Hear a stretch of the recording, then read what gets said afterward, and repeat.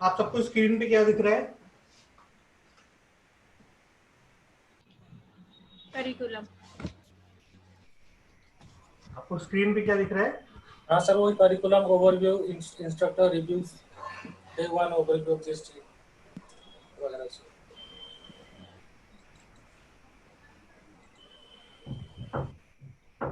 आप बताओ। GST overview आ गया सर। जीएसटी ओवरव्यू आ गया ना? जीएसटी ओवरव्यू, ठीक है। Overview.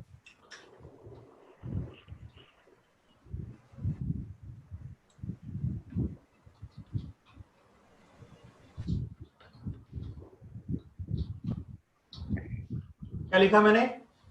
Tax system in India. That means हम अब कनेक्ट हो चुके हैं। मेरा नाम निशांत है, मैं आपका जीएसटी ट्रेनर हूँ। इनडायरेक्ट टैक्स में पिछले 2006 से मैं प्रैक्टिस में हूँ और आईप्लैप इंस्टीट्यूट में हम पिछले 3 साल से प्रैक्टिकल ट्रेनिंग दे रहे हैं। तो अभी थोड़ी इनिशियल स्टेज में थोड़ी प्रॉब्लम आ रही है आपसे कनेक्ट होने में। वो एक आधी क्लास में बिल्कुल स्मूथ हो जाएगा और ये हमारा जो कोर्स होगा काफी फ्रूटफुल होगा आप सबके लिए। मैं आपको दिख पा रहा हूँ स्क्रीन पे? Yes sir.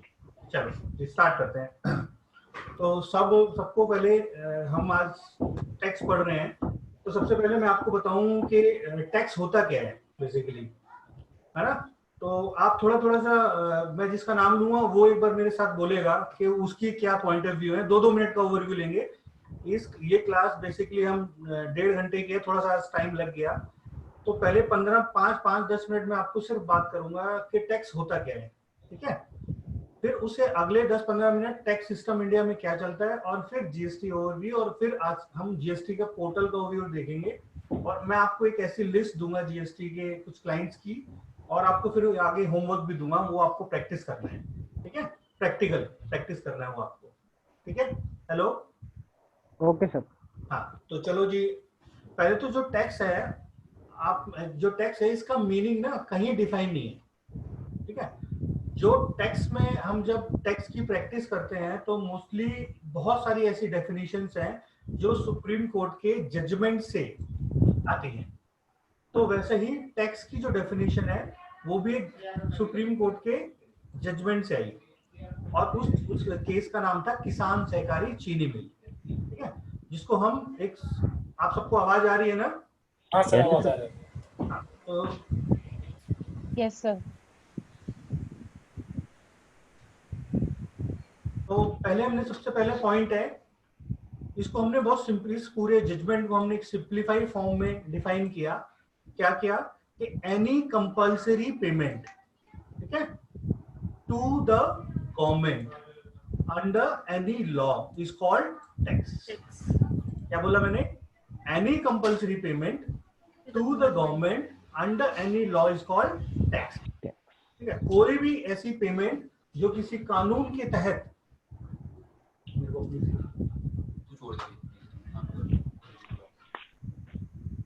कोई भी ऐसी पेमेंट जो किसी कानून के तहत हम गवर्नमेंट को देंगे उसे क्या कहेंगे? बोलो। टैक्स कहेंगे, ठीक है ना? अब जो इसमें 2-4 चीजें हाईलाइट हैं।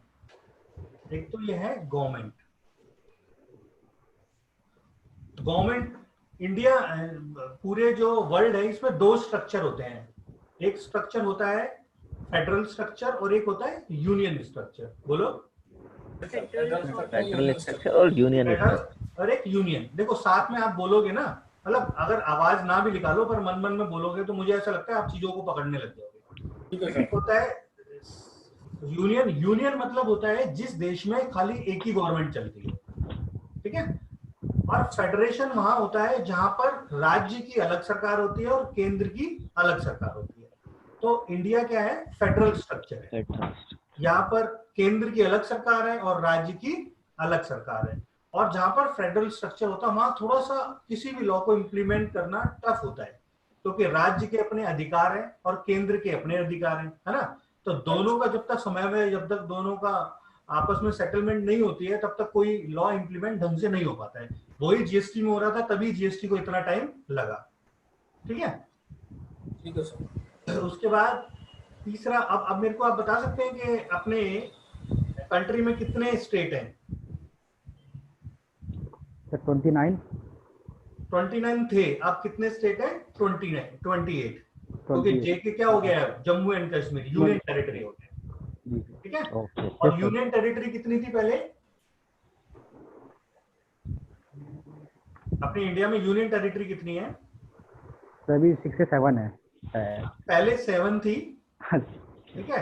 अभी 2 जुड़ गई, कौन कौन सी? जम्मू एंड कश्मीर एंड लद्दाख की हो गई 9 9। उसमें से इन्होंने क्या किया? दादर एंड नागर हवेली और एक यूनियन टेरिटरी के जोड़ को कंबाइन करके एक बना दिया है, ठीक है। तो टोटल कितनी यूटी है? 8 यूटी है। 8 हाँ, ठीक है। दादर एंड नागर हवेली और एक उसी के आसपास है दमन एंड दीव, उन सबको जोड़ के एक यूटी बना दिया है, एक, ठीक है। अब टोटल यूटी हो गई 8। अब तीसरा पॉइंट है इसमें, क्या लिखा हुआ है? लॉ। क्या लिखा हुआ है? लॉ। लॉ का मतलब क्या होता है? देखो, हम ये जीएसटी एक कानूनी तो है, तो मुझे ऐसा लगता है कि हमें बेसिकली थोड़ा बहुत इन सब चीजों को भी जानना जरूरी है, ठीक है। तो लॉ,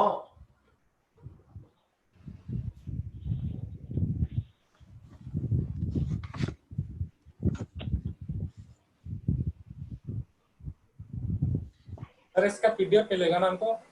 हाँ, पीडीएफ मिलेगा, ये आपके वहीं उस पे क्लाउड पे सेव हो रहा है, आप इसको देख सकते हैं, ठीक है। अब लॉ बेसिकली होता क्या है? कोई भी कानून कौन बनाता है? पार्लियामेंट। पार्लियामेंट। आपने एक शुरू में काफी एक शब्द सुना होगा, कॉन्स्टिट्यूशन। यस कॉन्स्टिट्यूशन क्या है? कॉन्स्टिट्यूशन हमारे, कॉन्स्टिट्यूशन में 3 बहुत ही इंपॉर्टेंट चीजें हैं, ठीक है। पहली क्या है? पार्लियामेंट। दूसरी क्या है? गवर्नमेंट। और तीसरी क्या है? जुडिशियल। क्या 3 चीज बताई मैंने? Parliament, government and judicial. तीसरा जुडिशियल, ठीक है। जो पार्लियामेंट होता है इसको बोलते हैं लॉ मेकिंग बॉडी। क्या बोलते हैं? Law making body. दूसरा है गवर्नमेंट, इसको क्या बोलते हैं? Executive body. इनका काम क्या है? एग्जीक्यूटिव बॉडी का। तीसरा है जुडिशियल बॉडी। अब जीएसटी का कानून बनाया किसने? पार्लियामेंट ने, है ना। इसको ऑपरेट कौन कर रहा है? इसको एग्जीक्यूट कौन कर रहा है? इसको इंप्लीमेंट कौन करवा रहा है? गवर्नमेंट। और इसका जो अगर कोई निपटारा है, मान लो कोई, मैं बोलता हूँ मेरे हिसाब से 20,000 टैक्स बनता है और गवर्नमेंट ने मेरी वैल्यू कैलकुलेट करके बोला है कि नहीं, हमारे हिसाब से आपका 40 बनता है, और हमारे में इसमें विवाद हो गया, एम्बिग्यूटी जनरेट होगी, तो कौन उसको रिजॉल्व करेगा? जुडिशियल, है ना। तो ये 3 क्या है? स्ट्रक्चर है, और लॉ इन्हीं के इर्द गिर्द घूमता है सारी चीजें, ठीक है।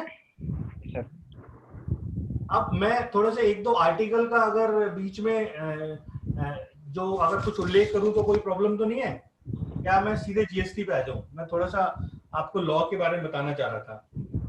ठीक है सर, आर्टिकल का थोड़ा बताइए। हाँ, देखिए, जो अपना कॉन्स्टिट्यूशन होता है, इसमें कॉन्स्टिट्यूशन में हर किसी की पावर डिफाइन है, ठीक है। इसमें हर चीज की, जैसे प्रधानमंत्री की क्या जिम्मेदारी है और क्या उसकी पावर्स है, वैसे ही गवर्नमेंट का एक आर्टिकल है जिसको बोलते हैं 246। कौन सा? 246। वो 246 हमें बताता है कि गवर्नमेंट किस किस चीज पे टैक्स लगा सकती है। कल को गवर्नमेंट बोल जाए कि भाई आप तो सांस ज्यादा ले रहे हो, हवा ज्यादा खा रहे हो, या बोल रहे कि भाई किसी लड़के को बोल रहे भाई आपने बाल ज्यादा रखे हो, आप ज्यादा टैक्स दो, तो ऐसा नहीं कर सकते। आर्टिकल 246 में गवर्नमेंट ने डिफाइन किया कि कौन सी गवर्नमेंट किस चीज पे टैक्स ले सकती है। कौन सा आर्टिकल है? 246।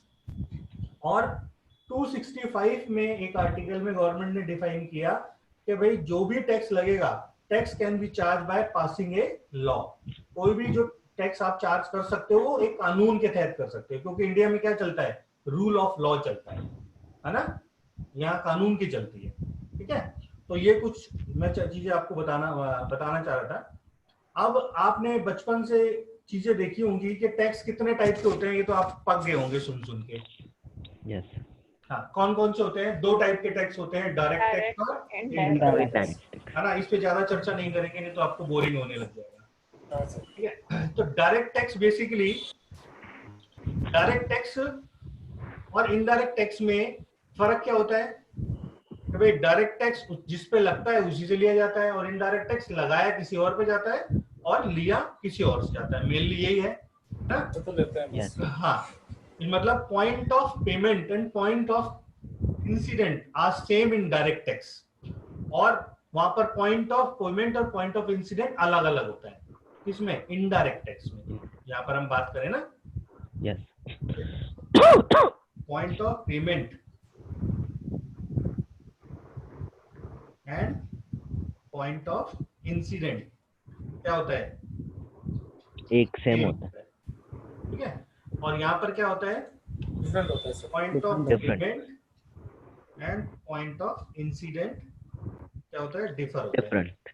ठीक है। अगली बार ना थोड़ा इस बार की प्रॉब्लम हुई, थोड़ी टेक्निकल सेटअप हमारा नहीं हो पाया। अगली बार मैं आपको ये सारी चीज बोर्ड पे बताऊंगा और आपको स्टडी मैट आपके क्लाउड पे आपको शेयर कर दिया जाएगा। ठीक है, तो अच्छी तरह हो पाएगा अपना काम। एक क्लास आप थोड़ा सा कोऑपरेट कीजिए।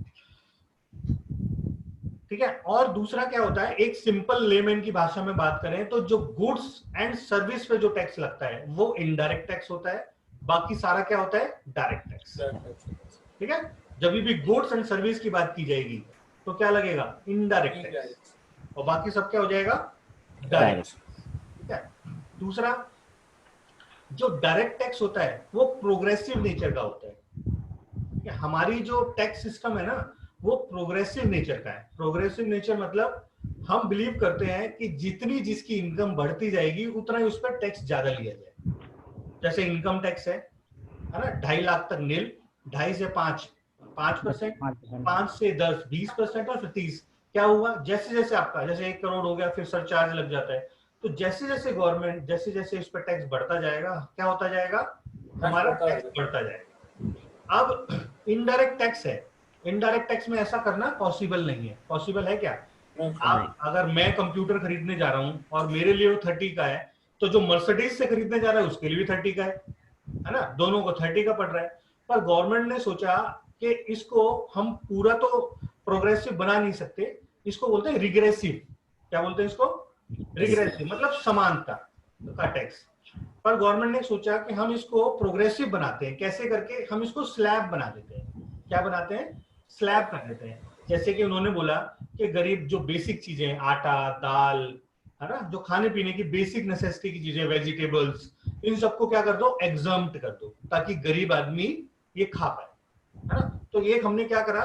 रिग्रेसिव को प्रोग्रेसिव बनाने की कोशिश की। किससे? स्लैब के थ्रू। ठीक है। Hello, yes sir. हाँ, तो हमने क्या किया? स्लैब के थ्रू उनको रिग्रेसिव बनाने की कोशिश की। अब डायरेक्ट और इनडायरेक्ट, और एक अब बहुत हंसी मजाक में भी कहा जाता है कि डायरेक्ट टैक्स को देने में पेन होता है। क्यों? क्योंकि आपको लगता है यार मुझे इतना इनकम टैक्स भरना, और बचपन से सब देखते ही हैं, उनको इनडायरेक्ट का पता ही नहीं होता।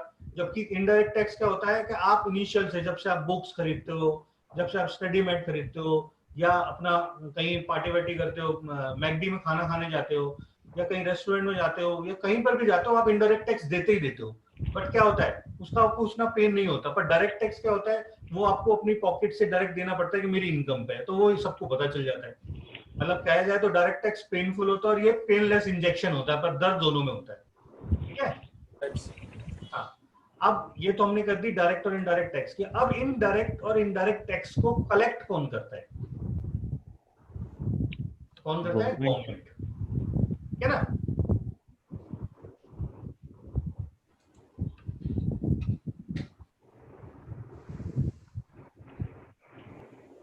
जो इसको इंपोज करता है वो 3 तरह से करता है। एक तो या तो करेगा सेंट्रल गवर्नमेंट, है ना, यस। या फिर करेगी स्टेट गवर्नमेंट, या फिर करेगी लोकल अथॉरिटी। ठीक है। ये 3 ही टैक्स आपसे ले सकते हैं। अब जो जीएसटी आने से पहले सेंट्रल गवर्नमेंट कम से कम कितना, सेंट्रल गवर्नमेंट के पास कितने टैक्सेस थे? 15 टैक्सेस थे। 15 टैक्सेस का कलेक्शन उनके पास था। स्टेट के पास कितने टैक्सेस थे? 20 टैक्सेस थे। मतलब नाम नाम के थे, बट उनमें उनको ज्यादा रिवेन्यू नहीं होता था, वो हमेशा कटोरा लेके खड़े रहते थे सेंटर के पास कि लाओ जी पैसे दो पैसे दो। वो नाम नाम के टैक्स थे। जैसे कि शव यात्रा पे भी टैक्स था, अब बताओ कौन लेगा, कोई गवर्नमेंट लेती नहीं थी। फिर एग्रीकल्चर, टैक्स ऑन एग्रीकल्चर पे भी टैक्स था, वो भी गवर्नमेंट नहीं लेती थी, तो वो नाम नाम के थे। और लोकल अथॉरिटी की जो टैक्सेस होते हैं वो कुछ अलग नहीं होते। वो गवर्नमेंट ने जब पंचायती राज कानून आया उसके बाद गवर्नमेंट ने बोला कि भाई या तो स्टेट गवर्नमेंट को बोला कि आपके ही अंदर लोकल बॉडीज आती हैं, या तो आप अपने पास से उनको टैक्स दे दो या फिर उनको कुछ टैक्स दे दो कि वो कलेक्ट करेंगे। क्या करेंगे? कलेक्ट करेंगे। वो टैक्स कलेक्ट करेंगे। ठीक है? यस अब थोड़ी आवाज सही आ रही है? Yes sir. हाँ सर। Yes, sir. तो उनको बोला गया कि वो टैक्स कलेक्ट करेंगे। तो तीन जो हमारी गवर्नमेंट बॉडीज है ये टैक्स लेती है। अब इसमें जैसे सेंट्रल गवर्नमेंट होती है, अब सेंट्रल गवर्नमेंट क्या क्या टैक्स लेती है हमसे? सबसे ज्यादा जो टैक्स सेंट्रल गवर्नमेंट लेती है, सबसे पहला अब आपको मेरे को ये बताना है कि ये टैक्स डायरेक्ट है इनडायरेक्ट है। 5-7 एग्जांपल लेंगे फिर आगे चलेंगे। ठीक है? जैसे कि इनकम टैक्स है, डायरेक्ट डायरेक्ट इनकम टैक्स है, Direct. डायरेक्ट टैक्स है। ठीक है?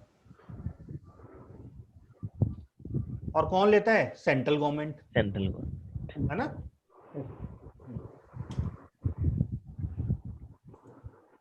ये सब की ना आपको पीपीटी आपको मिल जाएगी। ठीक है?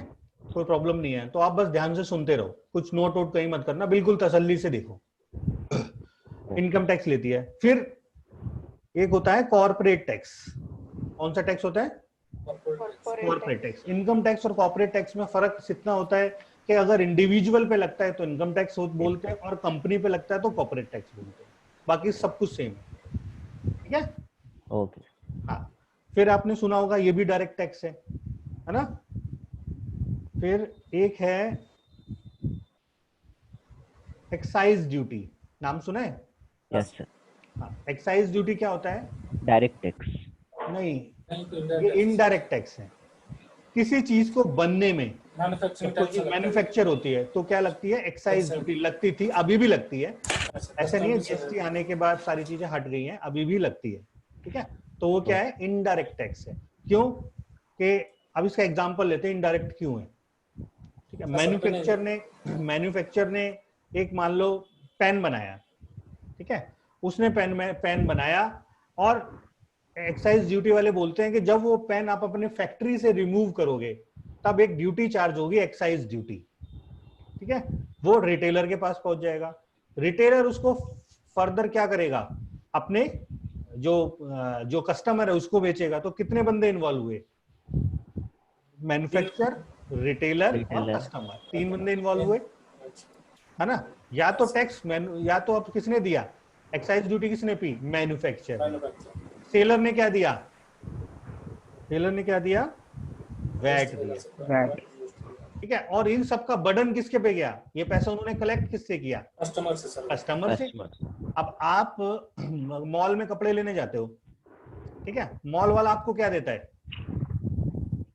मॉल वाला एक तो आपको क्या देगा? कपड़े देगा जो आप खरीद रहे हो, या फिर आपको क्या देगा? बिल देगा, है ना? बिल में आपसे वो क्या लेता है? 2 चीज लेता है। एक तो प्रोडक्ट ऑफ वैल्यू, जो प्रोडक्ट की वैल्यू है, और प्लस क्या लेगा? वो टैक्स। जो आपसे क्या लेगा? टैक्स लेगा। अब जो प्रोडक्ट की वैल्यू है वो तो आप अपनी पॉकेट में रख लेगा, और टैक्स कहाँ दे देगा? गवर्नमेंट को। तो ये सारा सिस्टम को बोलते हैं इनडायरेक्ट टैक्स। ठीक है? यही है कि देगा कोई और, अल्टीमेटली बियर किसने किया? कस्टमर ने। और उसको डिपॉजिट किसने किया? सेलर ने। उसको बोलते हैं इनडायरेक्ट टैक्स। ठीक है? अभी फिर आपने स्टेट कैसे टैक्स? स्टेट का सबसे बड़ा रेवेन्यू आता है वैट से।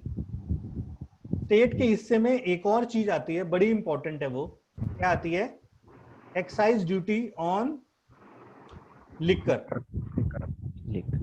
सिर्फ मैन्युफैक्चर पे जो भी मैन्युफैक्चरिंग होता है सारा टैक्स सेंट्रल गवर्नमेंट को जाता था, बस लिकर को छोड़ के।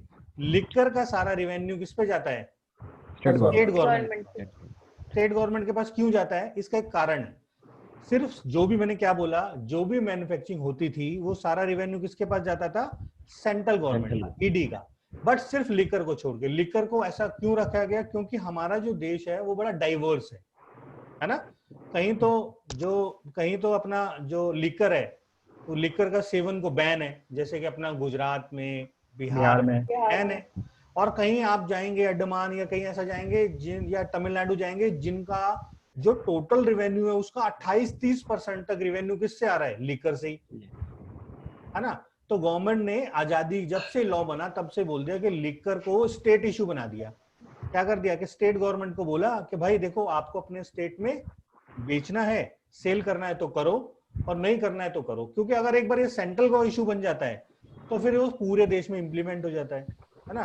तो अगर इसमें क्या रखा गया? स्टेट का। फिर जब लोकल, कुछ ऐसे टैक्सेस होते हैं जो लोकल बॉडी के भी टैक्सेस होते हैं। कोई एक एग्जांपल बता सकता है लोकल बॉडी के टैक्सेस का? Sir house tax. House tax, बिल्कुल करेक्ट। हाउस टैक्स भी हो गया। Property tax. Property. Sir water tax. हाँ, वाटर टैक्स, बिल्कुल सही, है ना। Yes sir. वाटर टैक्स हो गया। और बताओ?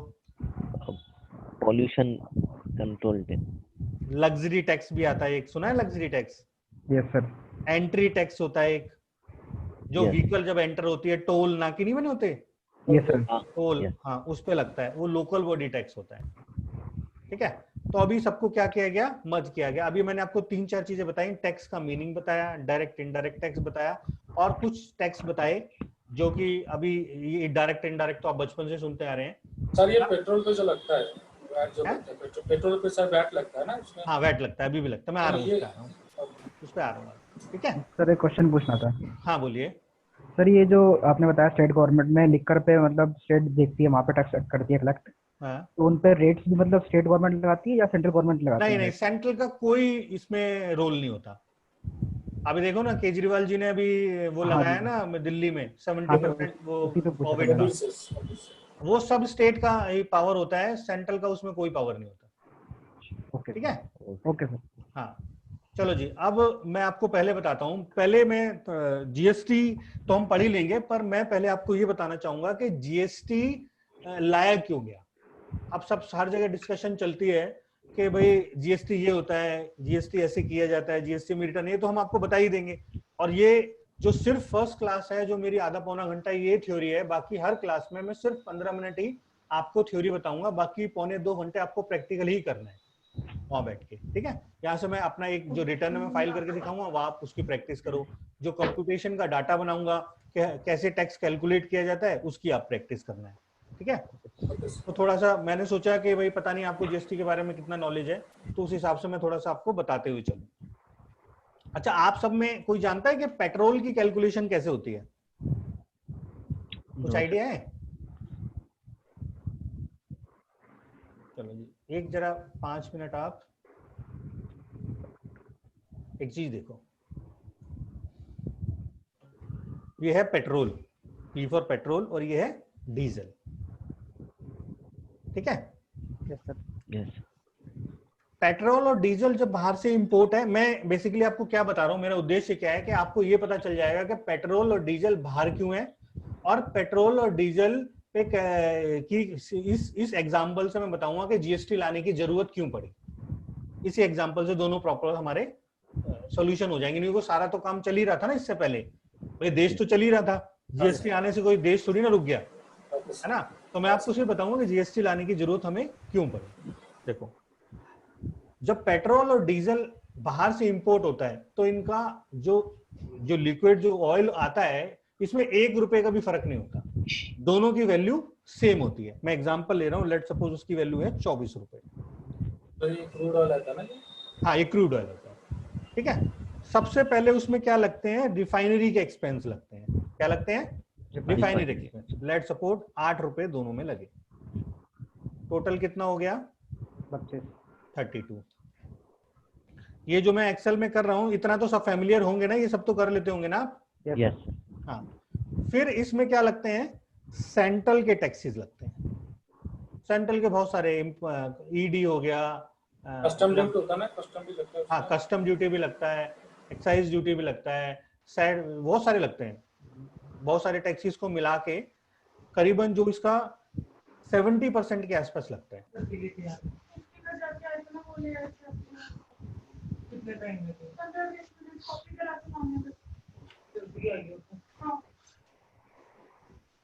ठीक है, तो ये हमारे कौन से हो गए, सेंट्रल के टैक्सेस हो गए।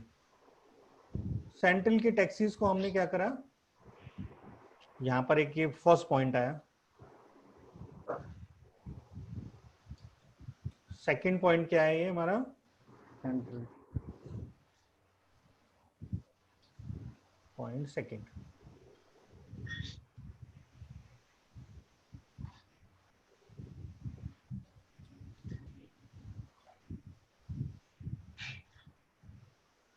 ये क्या हमारे सेंट्रल के टैक्सेस हैं। फिर उसके बाद क्या लगता है, जो पेट्रोल पंप वाले होते हैं उनका कमीशन लगता है, कमीशन लेते हैं ना वो, हाँ सर। ये करीबन होता है आपका बैठेगा 3.5, मतलब 1.75 ये होता है और 0.75 ये होता है, तो आप अप्रोक्स वैल्यू ले रहा हूं मैं, ठीक है। तो ये हमारा क्या आ गया 0.3, तो इनका टोटल करेंगे तो क्या आ जाएगा, ठीक है। 57.9।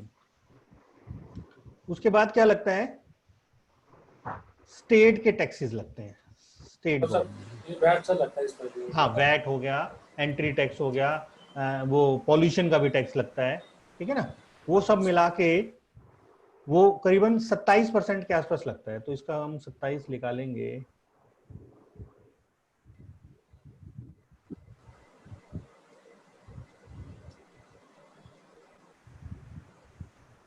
और जो डीजल पे लगता है वो करीबन 17% के आसपास लगता है। तो हमारी फाइनल वैल्यू क्या आती है, ये आती है, आपने देखा है इसी के इर्द गिर्द हमारा आज के दिन में जो पेट्रोल है यही घूम रहा है, 72-73 रुपए के आसपास ही, ठीक है। हाँ सर। तो ये हमारी एक कैलकुलेशन होती है, ये हमारी क्या है, फाइनल वैल्यू ऑफ, ठीक है। अब इस पॉइंट से हम समझेंगे कि हमें जीएसटी लाने की जरूरत क्यों पड़ी, बड़े ध्यान से सुनना है, क्योंकि जो लाने के बाद काम तो आपको आ ही जाएगा, आई एम श्योर।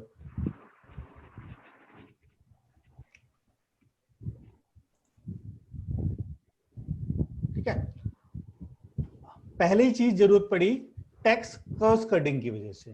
क्या बोला मैंने, कैस्केडिंग। कैस्केडिंग मतलब होता है डबल टैक्स। आप नोटिस करो कि ये जो वैट चार्ज हुआ, ये जो मैंने कलर किया ना, ये जो वैट चार्ज किया मैंने, वो किस वैल्यू पे किया, इस वैल्यू पे, यस है ना, और इस वैल्यू में सेंट्रल के टैक्स इन्वॉल्व है, यस सेंट्रल के टैक्सेस इन्वॉल्व है ना, हाँ सर। तो ये क्या हो गया, डबल टैक्स। वन टैक्स हो गया। क्या हुआ, डबल टैक्सेशन तो हो गया। डबल टैक्सेशन हो गया कि हमारी जो ये 57 की वैल्यू है, तो मेरी वाली स्क्रीन में तो दिखा देना, अजीब सा लग रहा है।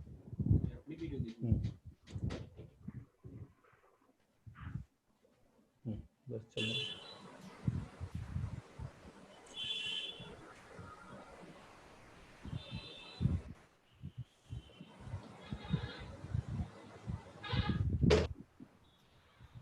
ये क्या हो गया, डबल टैक्सेशन हो गया। तो पहली चीज जीएसटी ने क्या खत्म की, डबल टैक्सेशन खत्म। Double taxation. ठीक है, पहले चीज आप नोट कर लिया, मेरे साथ साथ एक बार रिपीट करते चलेंगे, डबल टैक्सेशन, डबल जिसको क्या बोलते हैं टैक्स की भाषा में, टैक्स कैस्केडिंग। टैक्स। ठीक है, दूसरा चीज क्या हुआ, अब यहां पर सेंट्रल के कम से कम 10-12 टैक्सेस और यहां पर भी स्टेट के 6-7 टैक्सेस को जोड़ा गया, तो टोटल टैक्स कितने हो गए, 19। और अब कितना टैक्स लग रहा है, खाली एक टैक्स, क्या बोलते हैं, जीएसटी। मतलब मल्टीप्लिसिटी ऑफ टैक्सेस को हमने खत्म कर दिया। ठीक है, क्या बोला मैंने, मल्टीप्लिसिटी ऑफ टैक्सेस को खत्म करके क्या बना दिया, मल्टीपल जो टैक्स लगते थे, यहाँ कस्टम ड्यूटी लगता था, फिर एक्साइज ड्यूटी लगता था, फिर इन्वायरमेंटल के टैक्सेस लगते थे, फिर सैड लगता था, फिर सीवीडी लगता था, बहुत सारे जो टैक्सेस थे उन सबको खत्म के क्या बना दिया, एक टैक्स बना दिया, जीएसटी। तो 4 रीजन है, मेन रीजन, नंबर्स को भी याद रखना है, आपको मदद होगी। 4 कौन कौन से हो गए, पहले हो गया डबल टैक्स कैस्केडिंग, दूसरा क्या हो गया, मल्टीप्लिसिटी ऑफ, तीसरा हो गया कॉम्प्लेक्स एडमिनिस्ट्रेशन।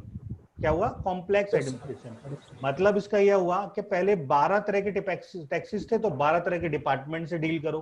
भाई एक्साइज वाले अलग आ रहे हैं, कस्टम वाले अलग से अलग बात करो, सैड वालों से अलग बात करो, इंटरटेनमेंट वो जो लग्जरी टैक्स है उससे अलग बात करो, है ना, इन्वायरमेंट टैक्स वालों से अलग बात करो, फिर उनकी रिटर्न्स अलग अलग भरो, फिर उनकी स्कूटनी भी अलग अलग कराओ, फिर हर कोई ऑफिस में आ रहा है कि हाँ भाई इसका डाटा दो, इसका डाटा दो। तो मतलब 12 तरह के डिपार्टमेंट से यहाँ डील करो। यहाँ पर भी ऐसे ही बहुत सारे डिपार्टमेंट से हमें डील करना पड़ता था। ऑक्ट्राय वाले हो गए, वैट वाले हो गए, है ना, जो पेट्रोल पंप के और भी टैक्सेस लगते हैं वो सारी चीजें भी हो गई। तो सारी जो ये थे इन सब डिपार्टमेंट से। तो अब हमें कितने डिपार्टमेंट से डील करना है? एक डिपार्टमेंट। किससे? जीएसटी। ठीक है। तो कितने रीजन बताए मैंने आपको अभी? 3।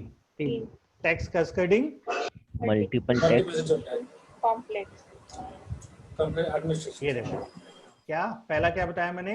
मेन रीजन ये है टैक्स कैस्केडिंग। दूसरा क्या बताया? Multiplicity of taxes. तीसरा बताया मैंने कॉम्प्लेक्स एडमिनिस्ट्रेशन।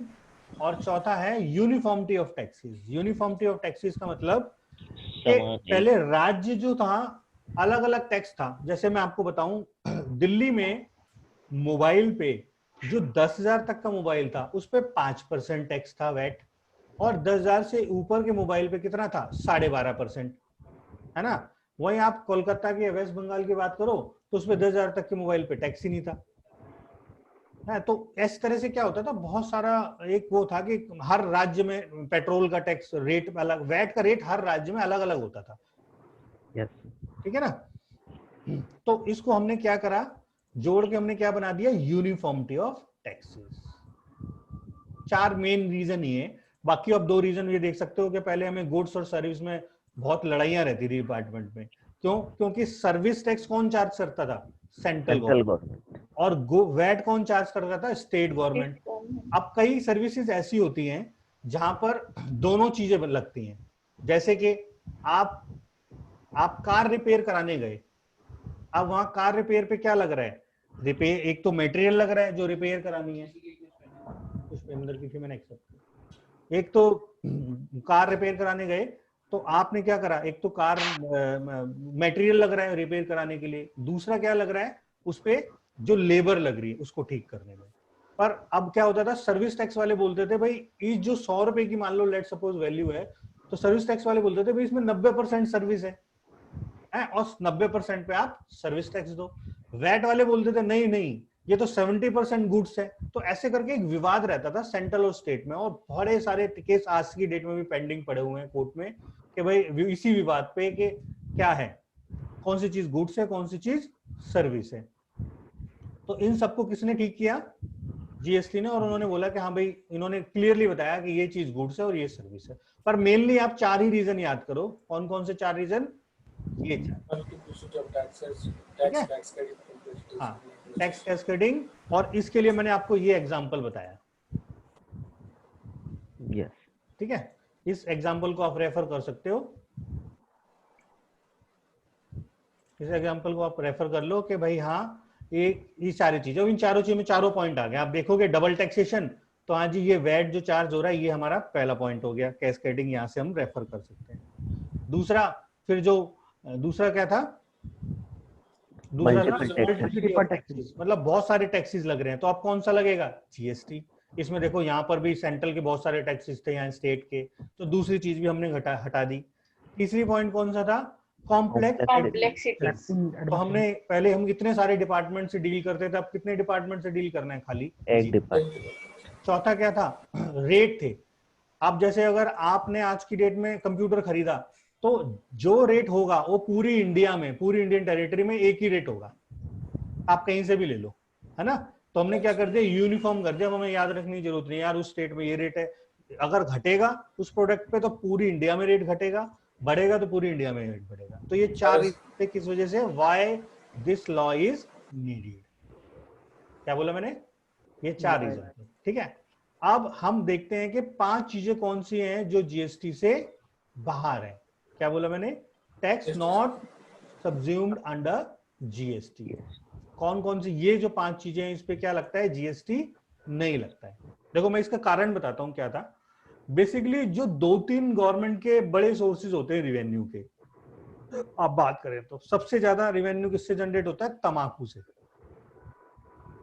किससे? तंबाकू गवर्नमेंट जीएसटी में ले आई। दूसरा होता है लिकर से, तो वो स्टेट का इशू है। तीसरा होता है पेट्रोलियम प्रोडक्ट से। तो गवर्नमेंट और स्टेट और सेंटर दोनों ही थे कि भाई हम इतना ज्यादा एक्सपेरिमेंट करना कर लें कि पता चले जो हमें गवर्नमेंट चलाने के लिए रेवेन्यू चाहिए वो ही ना मिले, है ना। तो उन्होंने क्या कहा कि भाई ऐसा करते हैं, इसको धीरे धीरे लाते हैं। जैसे अब ये लाइनअप है, अभी कोविड का नहीं होता तो मुझे उम्मीद थी, अभी मीटिंग्स जो जीएसटी की चल रही थी, देवर प्लानिंग के इसको भी हम क्या ले आए, जीएसटी के अंदर ले आए, और आ भी जाएगा कुछ सालों बाद। आप देखोगे एक ये बस इन दोनों को छोड़ के, एक तो कस्टम को और अल्कोहल को छोड़ के बाकी ये जो सारे आइटम है धीरे धीरे आप देखोगे सब जीएसटी के अंदर आ जाएंगे। ठीक है, ये दोनों कभी जीएसटी में नहीं आ सकते, और वो मैं बताऊंगा क्यों नहीं आ सकते, इनका कारण क्या है। तो पहली चीज, पहले 4 नंबर में हमने आपको क्या बताया कि why this law is needed, number याद रखना है।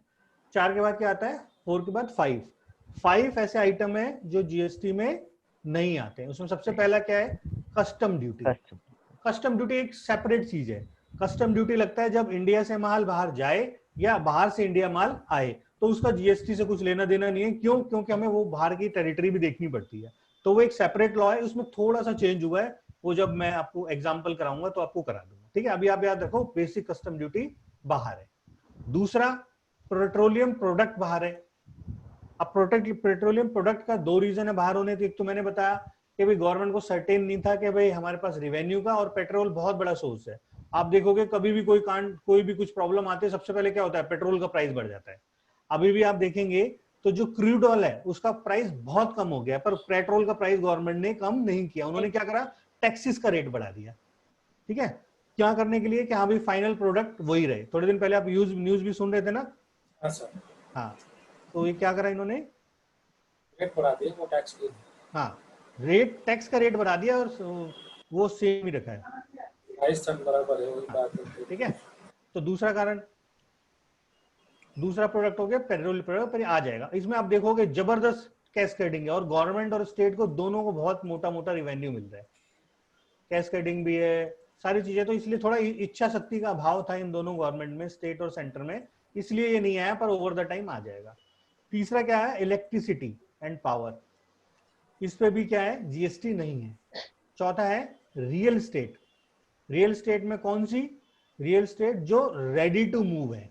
देखो एक चीज समझना, मकान बनते बनते बिकता है तो उस पर क्या लगता है? जीएसटी। और मकान बनने के बाद बिकता है तो उस पर जीएसटी नहीं लगता, उस पर क्या लगती है? Stamp duty. स्टैम्प ड्यूटी, ठीक है, मकान अगर बनते बनते बिकेगा तो क्या लगेगी? GST, GST. और बनने के बाद बिकेगा तो क्या लगेगी? Stamp duty. अब 5वां आइटम कौन सा है? अल्कोहल। अल्कोहल, अल्कोहल ना तो जीएसटी में पहले था, और अगले 7 जन्म में ही जीएसटी में नहीं आएगा। ठीक है, क्योंकि जो जीएसटी आया वो राज्य और केंद्र के दोनों के मिलने से आया, दोनों सहमत हुए। और राज्यों की पहली डिमांड ये थी कि भाई जीएसटी पे तो हम बात भी तब करेंगे जब आप अल्कोहल को बाहर करोगे। ठीक है, क्योंकि अगर अल्कोहल आप सेंटर में चला गया तो हमारे पास कुछ बचेगा ही नहीं। तो इन्होंने बोला कि हम तो जीएसटी की बात भी कम करेंगे जब आप इसमें, अब अल्कोहल की तो बात ही नहीं होगी जीएसटी में, तो ही हम जीएसटी पे बात करेंगे, नहीं तो भाड़ में गया जीएसटी। उनको जीएसटी चाहिए ही नहीं था। ठीक है सर अल्कोहल पे इतने तो टैक्सेस लगते हैं। हाँ, वो सब स्टेट गवर्नमेंट लगाती है, जीएसटी नहीं लगता उस पर। लगता है ना इसमें। हाँ, उसमें सेंट्रल का कोई हिस्सा नहीं होता। देखो, और उन्होंने माना नहीं, उनको पता था भाई, स्टेट वालों को पता था कि केंद्र वाले कभी फ्यूचर में कोई चालाकी करके लगा ना ले, तो उन्होंने क्या कर दिया? डेफिनेशन में डलवा दिया। ये है जीएसटी की डेफिनेशन। क्या डेफिनेशन है? पढ़ो जरा। Goods and service tax means any tax on supply of goods and service or both except tax on supply of liquor for human consume. मतलब उन्होंने डेफिनेशन में डलवा दिया कि except tax on supply of liquor, alcoholic liquor for human consumption. मतलब जो wine हम पीते हैं उसको छोड़ के जो सप्लाई होगी उस पर जीएसटी लगेगा। उन्होंने बोला कि डेफिनेशन में डालो, संविधान में लिखो, तभी हम मानेंगे। ये इतना सीरियस थे गवर्नमेंट इन सबको लेके। ठीक है, तो हमने 5 रीजन देखे, हमें 4 में क्या देखा अभी बोलो? बेसिक कस्टम ड्यूटी, नहीं 4, जो 4 पॉइंट्स मैंने आपको बताया कि हमने cascading, multi, why this law is needed, पहला हमारा था कि हमें ये कानून क्यों नहीं चाहिए था, तो ये 4 रीजन है। उसके बाद दूसरा पॉइंट मैंने आपको बताया नंबर 5 में कि 5 प्रोडक्ट की लिस्ट दी कि ये क्या है, जो जीएसटी के बाहर है। जीएसटी के बाहर। ठीक है। अब 5 के बाद क्या आता है? 5 के बाद आता है 6। ठीक है, ये क्या लिखा हुआ है पढ़ो। गुड्स का मतलब क्या है? गुड्स मतलब क्या है? गुड्स मतलब क्या होता है? जो चीज आप मूवेबल हो, जिसे आप जो टेंजिबल हो और जिसे आप फील कर सको, जो एक जगह से दूसरी जगह मूव हो जाए और जिसे आप टच कर सको, वो क्या हो जाएगा? गुड्स। यही होता है ना। जैसे पेन एक आर्टिकल है, उसको आप छू भी सकते हो और वो एक जगह से दूसरी जगह मूव भी हो सकता है, तो उसको क्या कहेंगे? गुड्स कहेंगे। ठीक है। और सर्विस क्या है? कि जो गुड्स नहीं वो सर्विस है, और दो ही चीज तो होंगी, या तो गुड्स होगी या सर्विस। ठीक है ना। पर 6 चीजें ऐसे हैं जिनको ना तो गुड्स बोला गया ना ही सर्विस बोला गया। ठीक है, मैं लिखवाता हूं आपको। 6 चीजें कौन सी हैं जिनको ना तो गुड्स बोला गया ना ही सर्विस? पहला आइटम है service by employer to employ. ना तो इसको, ये पीछे से किस जो भी नॉइज आ रहा है प्लीज, कौन है ये? एक बार उसको म्यूट कर लो, पीछे से किसी घर की आवाज आ रही है प्लीज। है पहला पॉइंट क्या है? Service by employ to employ. हाँ, ये मैंने थोड़ा उल्टा लिखा। Service by employ to employer. ठीक है, इसको ना तो गुड्स बोला गया ना ही सर्विस। क्यों? क्योंकि उसको जीएसटी से बाहर करना था। 6 आइटम की लिस्ट दी कि ना तो इसको गुड्स मानो ना ही सर्विस। पहला कौन सा है? Service by employ to employ. Service by court, जो जजमेंट, जो जज जी हमारे जजमेंट दे रहे हैं, उसको भी क्या रखा गया? बाहर। नहीं तो उस पर फिर जीएसटी लग जाता है ना। तो इन्होंने बोला है ना तो इसको गुड्स मानो ना ही सर्विस। किसके? जीएसटी के पॉइंट ऑफ व्यू से। ठीक है। तीसरा हो गया एमपी और एमएलए की सर्विस। देखते हो कितनी मेहनत करते हैं चिल्ला चिल्ला के, तो वो सारी जो सर्विसेज होती हैं वो भी जीएसटी से बाहर है। दूसरा हो गया कि फ्यूनरल की सर्विसेज। फ्यूनरल सर्विसेज जानते हैं क्या होती है? यस सर, जो मर जाते हैं। अंतिम संस्कार, हाँ जी। दाह संस्कार होता है ना। तो बोला भाई जीते जी तो नहीं छोड़ रहे, मरने के बाद तो पीछा छोड़ो, तो फ्यूनरल सर्विस इससे बाहर है। 5वां है सेल ऑफ लैंड। क्या है? सेल ऑफ लैंड भी इससे बाहर है। ये सेल ऑफ लैंड पे ये पे स्टैंप ड्यूटी लगता है ना इसमें? हाँ, इस पे स्टैम्प ड्यूटी लगता है, इसीलिए इसको बाहर करने के लिए इन्होंने स्पेशली मेंशन कर दिया, ना तो इसको गुड्स मानो ना सर्विस। ठीक है। चौथा हो गया एक्शनेबल क्लेम।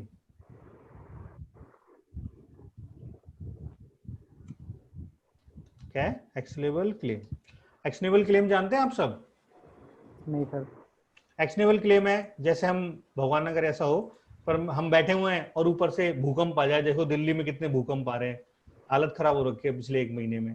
तो भूकंप आ जाए और छत गिर जाए और वहां लोग बाग बैठे हैं, उनका हाथ पैर टूट जाए। अब उनको गवर्नमेंट बोले कि आपको मुआवजा दिया जा रहा है, जैसे गवर्नमेंट अनाउंस नहीं कर देती कोई रेल एक्सीडेंट होता है, रेल एक्सीडेंट होता है तो बोल देते हैं भाई कि जिसको, जो गंभीर रूप से घायल हैं उसको ₹1,00,000 दे दो, और जो हमारे बीच नहीं रहा उसको 2 लाख रुपए दे दो। ऐसे करके अनाउंसमेंट करती है ना, तो उसको बोलते हैं एक्शनेबल क्लेम। जैसे आप बाइक चला रहे हैं, आपने एक्सीडेंट, आपका एक्सीडेंट हो गया और आपको इंश्योरेंस कंपनी ने क्लेम दिया, तो गवर्नमेंट ने बोला हाँ यार उस पर टैक्स नहीं होना चाहिए, सही है ना। इस पर गवर्नमेंट ने बोला उस पर, उसको ना तो गुड्स मानो ना ही सर्विस। बट अगर वो एक्शनेबल क्लेम आपको मिल रहा है, कहां से मिल रहा है? लॉटरी से,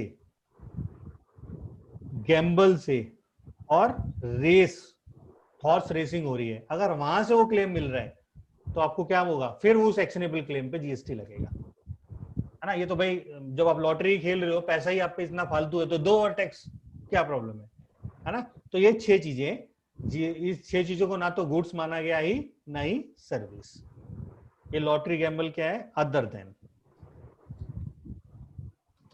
ठीक है, इसके बाद थोड़ी देर में ना जब सेशन कर लेंगे तो 10-15 मिनट का मैं एक लाइव सेशन रखूंगा जिसमें आपको कोई भी क्वारी हो तो मेरे से पूछ भी सकते हो।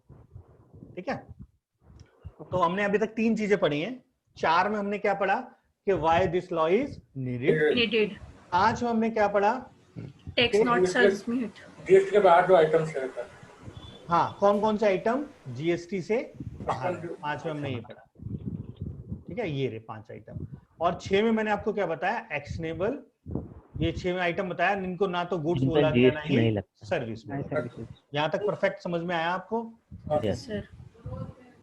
4, 5, 6 नंबर से याद रखना, आपको ऑटोमेटिकली याद आ जाएगा। ठीक है, फिर कुछ चेंजेस हुए इसमें, कुछ टर्मिनोलॉजीज को चेंज किया गया जीएसटी में। क्या किया गया? कुछ टर्मिनोलॉजीज को चेंज Change. किया गया। पहले क्या होता था? पहले कोई प्रोडक्ट होता था, क्या होता था? पहले कोई प्रोडक्ट होता था तो वो उस पे जो टैक्स लगता था वो जिस राज्य में माल बनता था उसी पे लगता था। ठीक है, अब क्या होता है? जिस राज्य में माल बिकता है उस पे टैक्स लगता है। जैसे कि पहला एग्जांपल क्या बोलता रहा हूं मैं? माल दिल्ली में सर ओरिजिन बेस। क्या होता था पहले? Origin base. जैसे पेन है, पेन दिल्ली में बना, बिका चाहे कहीं पर भी, पर टैक्स किस गवर्नमेंट को मिलता था? दिल्ली गवर्नमेंट। Legal. ये चेंज है। अब क्या हो गया है? Consumption based. कंजम्पशन या डेस्टिनेशन बेस्ड। ठीक है, मान लो चाहे वो दिल्ली में ही, प्लीज आप अपने पास फोन वगैरह म्यूट कर दो, नहीं तो फिर वो मैं अगर मुझे आवाज बंद करनी पड़ेगी, फिर मजा नहीं आएगा बात करने में, है ना? तो आपसे रिक्वेस्ट है आप फोन ऑन थोड़ा सा म्यूट कर दो, नहीं तो डिस्टरबेंस होगी। ठीक है, डेस्टिनेशन बेस। दूसरा क्या हो गया? Destination. Destination base. माल दिल्ली में बना उससे मतलब नहीं है, जहां ये अल्टीमेटली बिका, मान लो ये एमपी में बिका, तो किस गवर्नमेंट को टैक्स मिलेगा? एमपी। ठीक है, अब उससे होगा क्या? नहीं, कुछ नहीं, कोई वेटिंग में नहीं। एक वो गैलेक्सी वो आ रहा था, वो सैमसंग का कुछ, हाँ 15 है अभी। ठीक है, तो ये क्या हो गया? Destination base. अब आप देखेंगे कि इससे बहुत बड़ा फर्क आएगा, बहुत बड़ा चेंजेस आने वाला होगा। जब भी कोई कॉन्स्टिट्यूशन में चेंज होता है ना, जब भी हमारे संविधान में कोई चेंज होता है तो प्रोसेस क्या होता है? पहले वो संसद में जाता है, ठीक है, फिर वहां से पास होता है तो राज्यसभा जाता है, फिर उसको प्रेसिडेंट साइन करता है। तो ये तो हमारा नॉर्मल कानून पास होने का तरीका हो गया। ठीक है, बट जब अगर कोई संविधान में चेंज हो रहा होता है तो उससे क्या होता है कि इन सब से पास करा के एटलीस्ट 50% स्टेट्स को पास कराना होता है। ठीक है, उस टाइम पे कितने राज्य थे जब जीएसटी आया था? 29 स्टेट थे। जम्मू कश्मीर तो अभी हुआ है है ना? जब कितने राज्य थे? 29 राज्य थे उस टाइम पे, और 2 राज्य थे जो हैं तो union territory, but tax point of view से इनको स्टेट कहा गया है। कौन कौन से हैं? एक तो दिल्ली और एक पौंडीचेरी। ठीक है, वैसे ये यूनियन टेरिटरी है, दिल्ली भी यूनियन टेरिटरी है और पौंडीचेरी भी, बट अगर टैक्स की बात करेंगे तो क्या हो जाएंगे? इनको भी राज्य कंसीडर किया जाता है। ऐसा क्यों है? क्योंकि इनकी अपनी विधानसभा है जैसे दिल्ली में केजरीवाल जी हैं तो उनकी विधानसभा है ना दिल्ली में, तो इनको राज्य मान लिया गया। किसके लिए? टैक्स के पॉइंट। तो कितने राज्य हो गए टोटल? 31। 29 थे पहले, अब और 2 जोड़ दिए, कौन से? दिल्ली और पौंडीचेरी, तो कितने हो गए? 31। और 31 में कम से कम 16 राज्यों को ये लॉ पास करना था। कितने राज्यों को करना था? 16 राज्यों को। ठीक है,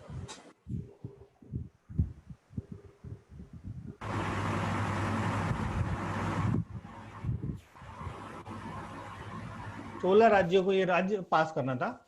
सबसे पहला जो स्टेट था जिसने ये पास किया वो कौन सा था? असम। दूसरा था बिहार, और 16वां राज्य था राजस्थान। अब उस टाइम पे ना तो आसाम में बीजेपी की गवर्नमेंट थी, ना बिहार में बीजेपी की गवर्नमेंट थी, फिर भी इन्होंने जल्दी से जल्दी क्यों पास किया? पता है आपको क्यों किया? क्योंकि इनको बहुत जबरदस्त फायदा होने वाला था, क्योंकि अब टैक्स क्या हो रहा था? डेस्टिनेशन। क्योंकि बिहार या आसाम, यहाँ पर मैन्युफैक्चरिंग तो होती नहीं है ना, ये क्या करते हैं? कंज्यूम करते हैं। तो इनको बड़ा फायदा हो रहा था, और इन्होंने क्या करा कि अगले दिन ये अपनी लोकल असेंबली में पास कर दिया। 16 राज्यों को करना था, तभी ये इंप्लीमेंट हो पाता जीएसटी। सबसे पहले आसाम ने भाग के किया कि अगले दिन ही कर दिया, क्योंकि उन्हें पता है कि हम बनाते तो कुछ है नहीं, है ना, और जो बनेगा वो हमारे राज्य में बिकेगा तो हमें फायदा होगा। इन्होंने फटाफट पास कर दिया। अब देखो इससे चेंज क्या होगा पूरी सोसाइटी में, आप देखेंगे ओवर द टाइम काफी चेंजेस आएंगे। क्या चेंजेस आएंगे? अब गवर्नमेंट क्या करेगी? इंफ्रास्ट्रक्चर पे ध्यान देगी, क्योंकि हम दिल्ली में क्यों रहते हैं, या आप जिस भी सिटी में रहते हैं, सिटीज में क्यों रहते हैं? क्योंकि वहां रोड है, बिजली है, सड़क है, पानी है, तभी तो रहते हैं, है ना। हम दिल्ली में रह रहे हैं इसीलिए तो रह रहे हैं क्योंकि यहाँ फैसिलिटीज है। अब ये फैसिलिटीज गवर्नमेंट क्या करे? अब गवर्नमेंट के पास क्या जिम्मेदारी होगी कि भाई हम इंफ्रास्ट्रक्चर डेवलप करें। इंफ्रास्ट्रक्चर डेवलप करने से क्या होगा? लोग बाग यहाँ रहेंगे। जब लोग यहाँ पर रहेंगे तो यहाँ क्या करेंगे? कंज्यूम करेंगे, और कंज्यूम करेंगे तो क्या होगा? गवर्नमेंट को टैक्स मिलेगा। ठीक है, तो आप देखेंगे 5-10 साल, 10-15 साल में देखेंगे कोई भी राज्य गरीब नहीं रहेगा, और एक एवरेज बैलेंस हो जाएगी। ठीक है, तो ये पहली टर्मिनोलॉजी क्या चेंज हुई? ओरिजिन से हम क्या आ गया? डेस्टिनेशन। ये फर्स्ट टर्मिनोलॉजी थी।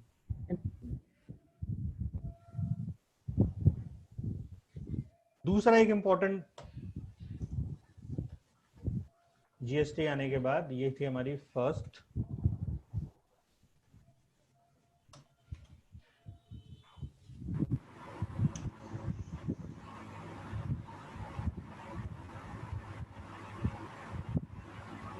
New terminologies. ठीक है, फर्स्ट आया ओरिजिन से डेस्टिनेशन पे।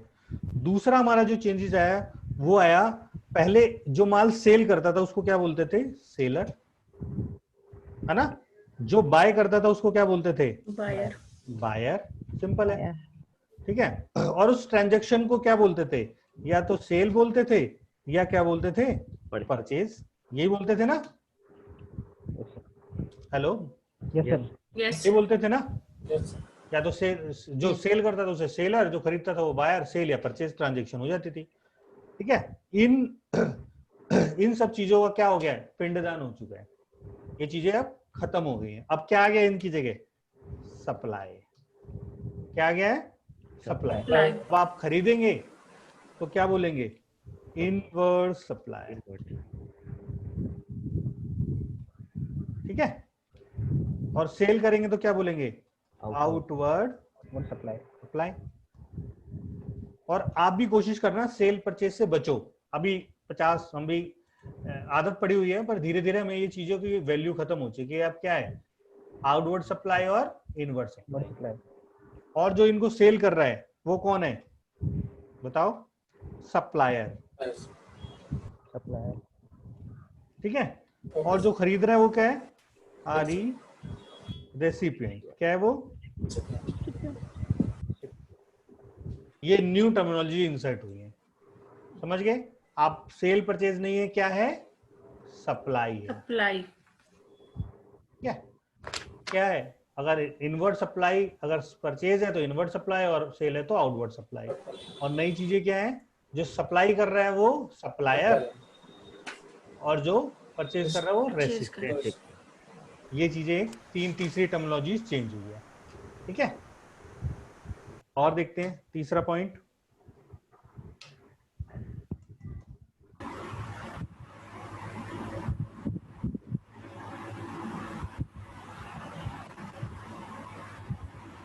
तीसरा पॉइंट क्या हुआ? अब दो तरह की ट्रांजैक्शन है। एक तो होती है इंटर स्टेट, दूसरा इंट्रा स्टेट। एक इंटर स्टेट और दूसरा इंट्रा स्टेट। इंटर मतलब हो गया दो राज्य के बीच में। when transaction take place between two states, मतलब between 2 states. 2 states और इंट्रा मतलब हो गया Within states. Within a state. Same state. Same state, मतलब when transaction place on the take place in the same state, तो क्या हो जाएगा अपना Intrastate हो जाएगा. Intra state.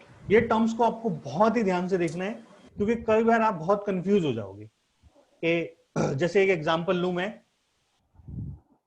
कि हमारे पास कंसल्टेंसी से बहुत दूर दूर से बेसिकली हम पढ़ाने के साथ साथ हमारे पास 500 ऐसे क्लाइंट्स हैं जिनका हम ये सारा काम डे टू डे बेसिस पे हैंडल करते हैं, तो वही प्रैक्टिकल एक्सपीरियंस हम आपको देने की कोशिश कर रहे हैं, ठीक है। तो हमारे पास एक क्लाइंट आया गुड़गांव से, उसने बोला जो मैं आपको एग्जांपल दूंगा वो हमारी डेली रूटीन में हमारे साथ हो रहा है, हम कोई बने बनावटी कोई एग्जांपल नहीं है, जो हमारे साथ होता है, जो हम केस सॉल्व कर रहे हैं वही मैं आपसे स्टार्ट करूंगा। और बहुत सारे ऐसे केसेस आएंगे, हम डेली बेसिस पे डिपार्टमेंट विजिट करते हैं, तो बहुत सारे केसेस आएंगे जो मैं बिल्कुल थ्योरी में कि ये सिचुएशन थी, ऐसा हुआ, बकायदा पार्टी का नाम लेके आपसे डिस्कस भी किया करूंगा और उसके जो क्या कंक्लूजन क्या निकला, ताकि केस स्टडीज आप जितना करेंगे आप प्रैक्टिकली उतने स्ट्रांग होते जाएंगे। केस स्टडीज बड़ी इंपॉर्टेंट है, तो मैं काफी सारी आपको बीच बीच में केस स्टडीज कराता रहूंगा, ठीक है। नोटिस वगैरह कैसे आते हैं वो भी शेयर कर दूंगा आपका। आप मेरा जो नंबर है मैं आपको शेयर कर रहा हूँ, इस नंबर पे या मेरे को टेलीग्राम पे आप ज्वाइन कर सकते हैं, ठीक है। Okay. टेलीग्राम पे मेरे को ज्वाइन कर ला, उसमें डेटी में केस स्टडीज ये सब डालता रहता हूँ, जॉब्स वगैरह भी आपके एरिया में निकलती है तो उस सबके नोटिफिकेशन हम डालते रहते हैं, आपका नंबर आती दीजिए रहती ना. है बहुत सारी, ठीक है। और प्लीज काम के सिवा कोई मैसेज नहीं आना चाहिए, आपसे रिक्वेस्ट है। ये सर व्हाट्सएप नंबर है या कॉल पे? ये व्हाट्सएप नंबर है, काम के सिवा कोई हुआ है तो मैं ब्लॉक कर दूंगा, मैं आपको पहले बता रहा हूँ, तो बुरा इसमें मानने वाली बात नहीं। काम के सिवा कोई गुड मॉर्निंग नहीं, कोई कुछ नहीं आना चाहिए मेरे पास। हमारी गुड मॉर्निंग काम से होती है और आपकी भी काम से ही होगी, ठीक है ना। इससे पे जो काम हो वो टेलीग्राम पे आप ज्वाइन कर सकते हो मेरे को, मैं आपको जॉब्स वगैरह के अपडेट। चलो कम टू द पॉइंट, दो मैंने आपको बता दी, 2 चीजें बता दी ना, 2 टर्म। अब चौथी टर्मिनोलॉजी क्या हुई, अब टैक्स कितने तरह के हैं, 4 तरीके के, ठीक है। एक तो है CGST, SG, SGST, UT, IGST, GST और IGST, ठीक है। और एक और टैक्स है जिसे बोलते हैं सेस, ठीक है। बेसिकली क्या था कि जो अपनी इंडिया है ना, उसमें 4-5 ऐसे स्टेट हैं जो मैन्युफैक्चरिंग स्टेट है। क्या है? जो माल बनाते हैं। नंबर 1 तमिलनाडु, गुजरात, महाराष्ट्र, कर्नाटका, ये सब क्या है, ये मैन्युफैक्चरिंग स्टेट है, ये माल को बनाते हैं। अब जब डेस्टिनेशन बेस आया, जो मैंने आपको ऊपर बताया, इनसे क्या हो रहा था, ये बोलने लगे भाई माल हम बना रहे हैं, मेहनत हम कर रहे हैं, इंफ्रास्ट्रक्चर हमने बनाया हुआ है और बिकेगा किसी और राज्य में, हमें टैक्स ही नहीं मिलेगा, है ना। तो उनके साथ कुछ ज्यादती हो रही थी, ठीक है। तो जैसा आपने देखा भी होगा, पहले बहुत सारे राज्य, जैसे आप जानते हैं तमिलनाडु की चीफ मिनिस्टर कौन थी जब जीएसटी आया, आपको याद है? जयललिता जी का नाम सुना आपने? जयललिता जी उस टाइम चीफ मिनिस्टर थी और she was the only lady जिन्होंने बोला, जिन्होंने ये कानून पास होने के बाद तक भी इसका समर्थन नहीं किया, पर वो कॉन्स्टिट्यूशन से बाउंड है, इसलिए उन्हें तमिलनाडु में इंप्लीमेंट करना पड़ा, क्योंकि तमिलनाडु मैन्युफैक्चरिंग स्टेट है, मशीनरी का हब है। क्रेन्स हो गया, मशीनरी की जब हम बात करेंगे तो तमिलनाडु का नाम आएगा। तो वहां उनको लॉस हो रहा था, उनको लॉस को कॉन्फिडेंस में लेने के लिए हमने अपनी गवर्नमेंट ने बोला कि भाई ऐसा करो, आप आओ, आपको अगले 5 साल तक जो भी लॉस होगा वो हम आपको कंपनसेट करेंगे। जैसे लेट सपोज, और हर साल 14% की क्या लेंगे, ग्रोथ लेंगे। जैसे जीएसटी आने से पहले अगर उनका रिवेन्यू 100 रुपए का आ रहा था, तो बोला गया कि अगले साल 114 रुपए का रिवेन्यू माना जाएगा, और 114 से अगर आपको टैक्स कलेक्शन कम हुआ तो जो कलेक्शन कम हुआ वो हम आपको देंगे। वो सेंट्रल गवर्नमेंट ने प्रॉमिस किया उनको, ठीक है। तो उसके लिए क्या लाया, और वो जो लॉस होगा वो कहां, वो किससे उसकी पूर्ति किससे होगी, सेस से। किससे पूर्ति होगी उसकी, सेस से। पर एक पॉजिटिव चीज क्या हुई कि पिछले 1-2 स्टेट को छोड़ के एक आधे पर 1-2% का लॉस हुआ, नहीं तो किसी को लॉस हुआ ही नहीं, ठीक है। तो ये पॉजिटिव था। अब सेस लगाया गया किस पे? लग्जरी आइटम पे। किस पे लगाया गया? लग्जरी। सर सेस का कुछ फुल फॉर्म भी है क्या, या सिर्फ सेस ही कहते हैं? सेस कंपनसेशन सेस है, कंपनसेशन सेस बोलते हैं उसे, मतलब उन राज्य को कंपनसेट करने के लिए लगाया गया सेस। बेसिकली दो तीन चीजें होती हैं, बड़ा बताऊं आपको, बड़ी इंपॉर्टेंट है पर जीएसटी से हटके हैं, ठीक है? यस। आर्टिकल 3-4 आर्टिकल हैं। मैं मानता हूं कि अगर आपको टैक्स में प्रैक्टिस करनी है तो आपको एक बार मोटा मोटा कॉन्स्टिट्यूशन जरूर पता होना चाहिए। नहीं सारी डेप्थ में मत पढ़ो, पर जो जो टैक्स के आर्टिकल हैं मुझे ऐसा लगता है वो आपको जरूर पढ़ने चाहिए, ठीक है? ओके। जैसे 4 आर्टिकल हैं, 268, 269, 270 और 271। ये 4 आर्टिकल ही हमें बताते हैं कि टैक्स कौन कौन सा टैक्स कौन कौन चार्ज करेगा। जैसे कि 68 में हमारा पहले सर्विस टैक्स चलता था, आपको ध्यान हो, यस। वो हट गया। 68 में क्या चलता था? सर्विस टैक्स, ठीक है? 69 में हमारा चलता है आईजीएसटी चार्ज होता है। क्या होता है? आईजीएसटी। 69 बोलता है इंटरस्टेट जो भी टैक्स लगेगा वो 69 में लगेगा। 70 होता है डिविजिबल पूल बोलते हैं इसे, या पूल ऑफ टैक्सेस बोलते हैं, central pool of divisible taxes बोलते हैं इसको, central pool of divisible tax. मतलब जो टैक्स का जो पैसा है वो यहां इकट्ठा होता है और फिर राज्यों के साथ बांटा जाता है, ठीक है? और 72 में क्या लगता है? गवर्नमेंट, सेंट्रल गवर्नमेंट के पास राइट होते हैं सरचार्ज और सेस लगाने के। इसमें क्या लगाते हैं? सेस लगा सकते हैं। तो सेस जो सरचार्ज है ये सिर्फ सेंट्रल गवर्नमेंट लगा सकती है, ये अपने पास रखते हैं। जब सेस और सरचार्ज में एक डिफरेंस होता है, सरचार्ज जब लगाती है गवर्नमेंट तो वो बताती नहीं है कि हम किस चीज के लिए लगा रहे हैं। सेस में उनको बताना पड़ता है कि ये जो पैसा फालतू ले रहे हो किस लिए ले रहे हो। जैसे ये क्या है? GST compensation cess. तो गवर्नमेंट ने बताया कि भाई ये सेस हम किस लिए ले रहे हैं, कि हम ताकि और लोगों को जो लॉस होगा उसकी पूर्ति करें। इनकम टैक्स में सरचार्ज लगता है, आप सबको पता है।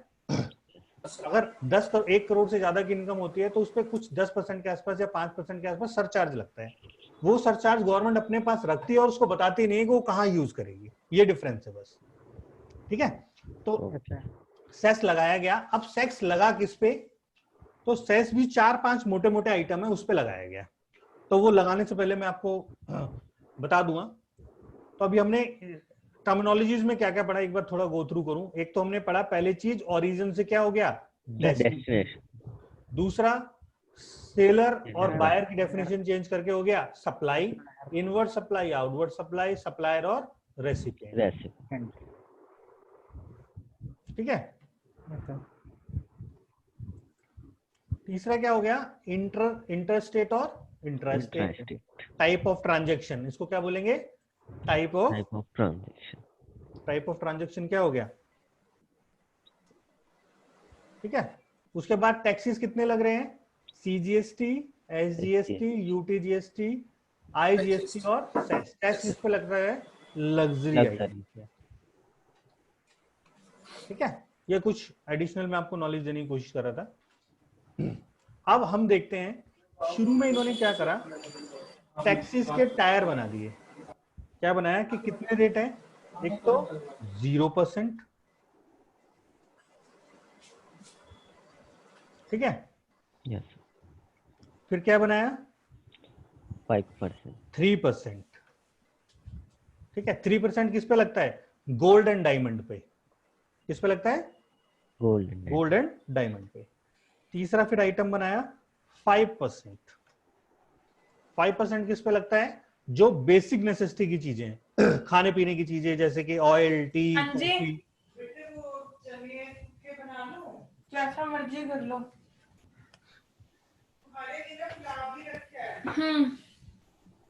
प्लीज प्लीज प्लीज पीछे की आवाज घर की ना आए ना, हमें भी पता चल जाएगा क्या बन रहा है, हम भी आ जाएंगे खाने। कब आ जाएंगे सर? तो 3%, 5% पे क्या आ गया, बेसिक खाने पीने की चीजें। देखो दो चीज में मैं 5% पे आपको एक डिफरेंस बताता हूँ। एक शब्द आपने सुना है ट्रेडमार्क, यस सर। सुना है? यस ट्रेडमार्क का मतलब क्या होता है? ए मार्क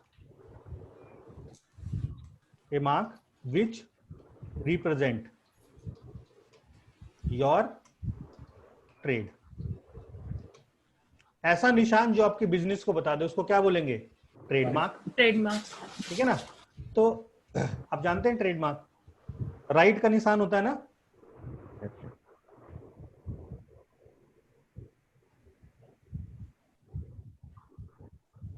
क्या होता है? एक राइट का निशान होता है, आपको पता है? Yes sir. ऐसे होता है ना, देखो। हाँ, ये किसका ट्रेडमार्क है? सही से बन नहीं पाया। ये सब पुमा या पुमा या सॉरी उसका किसका ट्रेडमार्क है बताओ? का सही होगा सर। नाइकी का, नाइकी सर, नाइकी। नाइकी है ना? तो इस निशान ने आपको क्या बता दिया कि ये कौन सी मार्क, कौन सी कंपनी है ना? तो a mark which represent your trade called trade. ठीक है? ये हमारा ट्रेडमार्क बता देता है। ठीक है जी। अब गवर्नमेंट ने बोला जो भी खाने पीने की चीजें किसी ट्रेडमार्क के तहत बिक रही हैं तो उस पे हम लगाएंगे 5%, और अगर खुला बिक रहा है तो उसको क्या कर देंगे? एग्जाम्प्ट। समझ गए?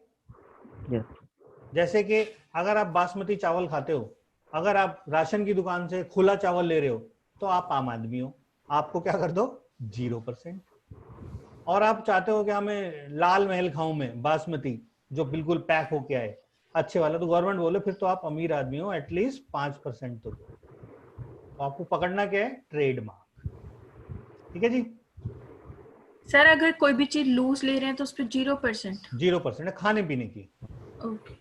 खाने पीने की। ठीक है? जैसे और चावल हो गया, दाल हो गया, ये सब जो बेसिक चीजें आप और- खुली ले रहे हो, वेजिटेबल्स ले रहे हो, तो इस पे टैक्स नहीं है। सर और अगर कोई प्रोडक्ट ऐसा है कि जिसका ब्रांड है, ट्रेडमार्क है, वो 5%, तो वो 5%। 3%। 3% है गोल्ड पे। ओके। मैं लिख दूं? वैसे आपको पीपीटी मिल जाएगी, देखो यहाँ बना रखा है, इसी यहीं पर बता देते हैं।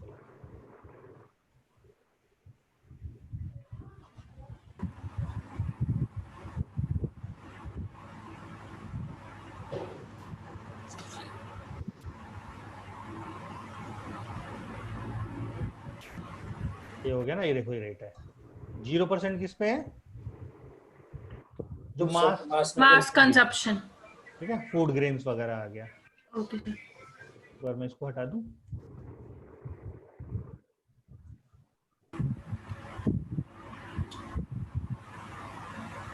ठीक है, फिर 5% किस पे है? Trademark essential items. हाँ, 5% है एसेंशियल, देखो टी कॉफी सब पे है। 12% है जो लोअर स्टैंडर्ड के आइटम है ना? जो बेसिकली इन्होंने करा क्या, मैं आपको कैलकुलेशन बताता हूँ। ये टैक्स आया कैसे? ठीक है, उन्होंने क्या करा, जैसे कोई भी प्रोडक्ट उठाया, मान लो कंप्यूटर उठाया,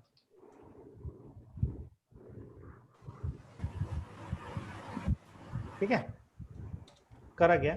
अब हमारे पास कितनी स्लैब है? एक तो 0 है, 3 है, 5 है, 12 है, 28, ठीक है, 18 है,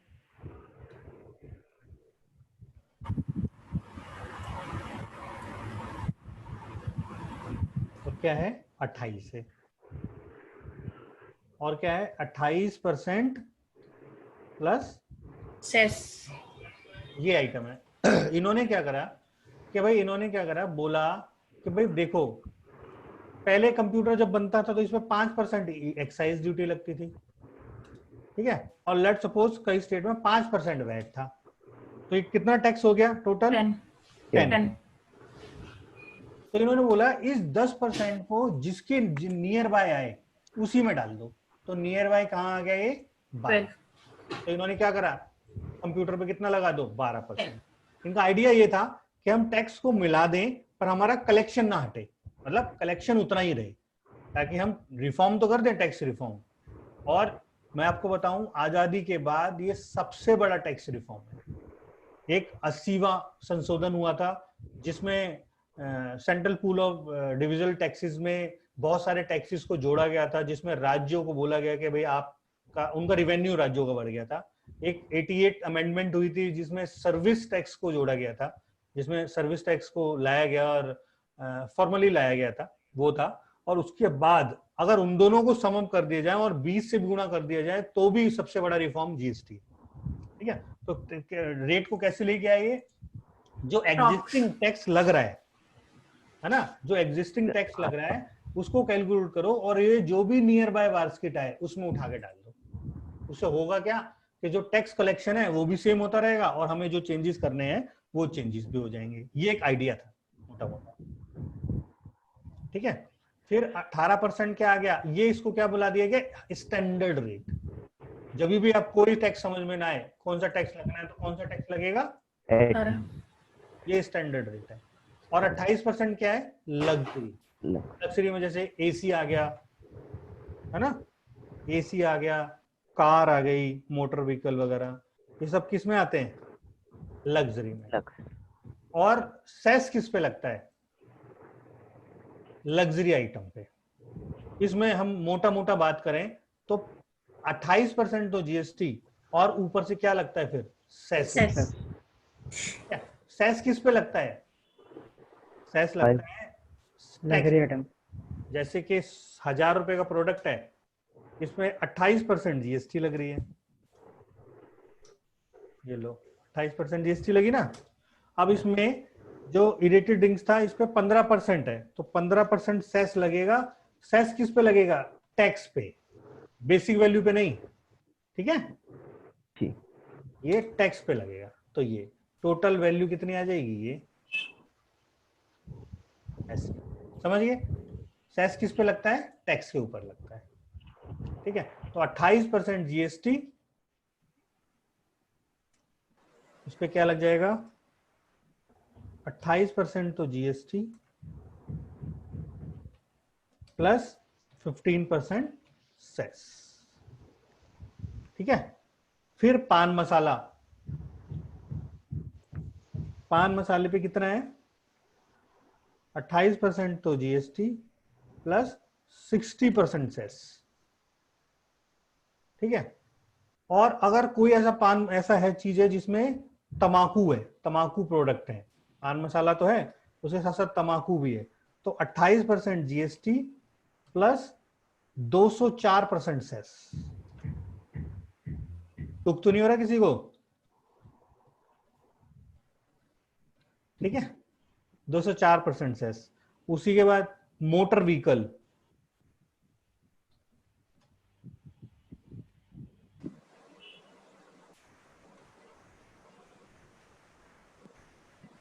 मोटर व्हीकल पे क्या होता है, 28% जो जीएसटी प्लस 15% सेस, जो बड़ी कारें हैं उस पे, ठीक है।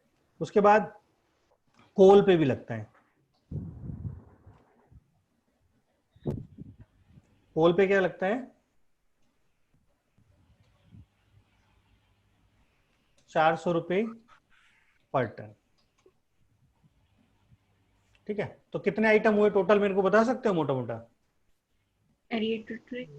पान मसाला, लग्जरी का 5 आइटम्स। ब्रॉडली हम बात करें तो 5 आइटम पे सेस इकट्ठा होता है। और सेस का पैसा कहाँ जाता है, किस कहाँ यूज होगा सेस का पैसा, स्टेट को, जिन्हें कंपनसेशन के लिए। चीजें परफेक्ट। तो आपको, आप मेरे को बस एक चीज 2 मिनट में ये और बता दो, फिर मैं पोर्टल पे ले चलता हूँ। 4 में मैंने आपको क्या बताया, एक बार रिपीट करो। टैक्स कास्केडिंग, हाँ, complexity and lack of uniformity। ये 4 चीजें हैं why this law is needed. फिर हमने 5 में आपसे बात की, क्या बात की, कौन सी बार है, तो ये 5 चीजें बाहर है, ठीक है। फिर 6 में आपको मैंने क्या लिखवाया है, डेफिनेशन ऑफ गुड्स एंड ना तो गुड्स है ना Services. पॉइंट लिखवा दिया। और 5 चीजें फिर मैंने आपको कौन सी बताई, ब्रॉडली है, इसमें और आइटम भी है छोटे छोटे, पर ये ब्रॉडली चीजें 5 चीजें हैं, इसी के अंडर ही है वो सारी चीजें, जो ये 5 चीजें जिन पे क्या लगता है, सेस। फिर को टर्मिनोलॉजी बताई, ये क्या, ओरिजिन से डेस्टिनेशन, मतलब पहले जहां माल बनता था वहां टैक्स लगता था, उस गवर्नमेंट को मिलता था, अब कहां मिलेगा, जहां माल डेस्टिनेशन। दूसरा सप्लायर और बायर खत्म हो गया, क्या आ गया, supply, inward supply, outward supply. फिर इंट्रास्टेट, ये सब मैंने आपको बता दिया, ठीक है।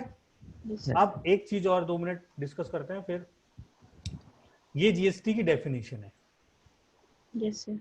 क्या है, गुड्स एंड सर्विस, सिंपल सी, goods and service tax means any tax on supply of goods and services or both except tax on supply for alcoholic for human consumption, ठीक है।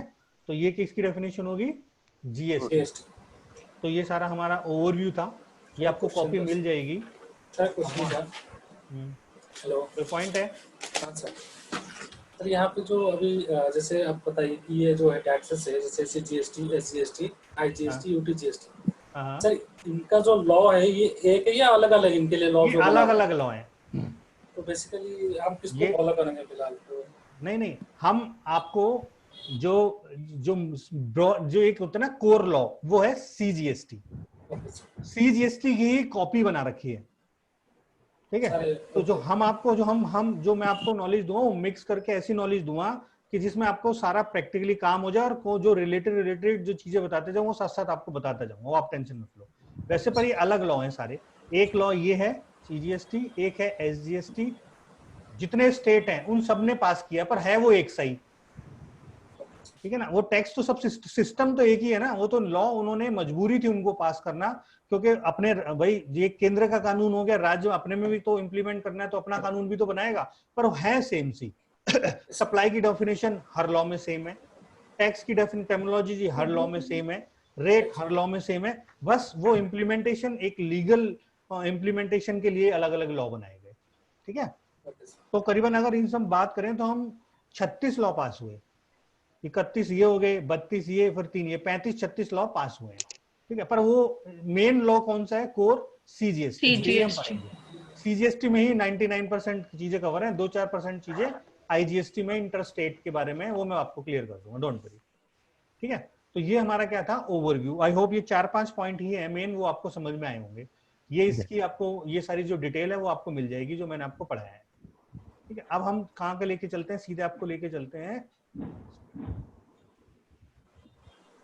देखो अभी हमें 3 पोर्टलों पे काम करना है। एक तो इस पोर्टल पे पढ़ो, क्या लिखा हुआ है, GST.gov.in। सारे रिटर्न्स वगैरह सारी चीज कहाँ से निकलेगी, यहाँ से होगी, रजिस्ट्रेशन यहीं से होगा, ये रजिस्ट्रेशन यहीं से होगा, रिटर्न्स सारी चीजें यहीं से होंगी। दूसरा एक पोर्टल है ई वे बिल पोर्टल। कौन सा है, ई वे बिल।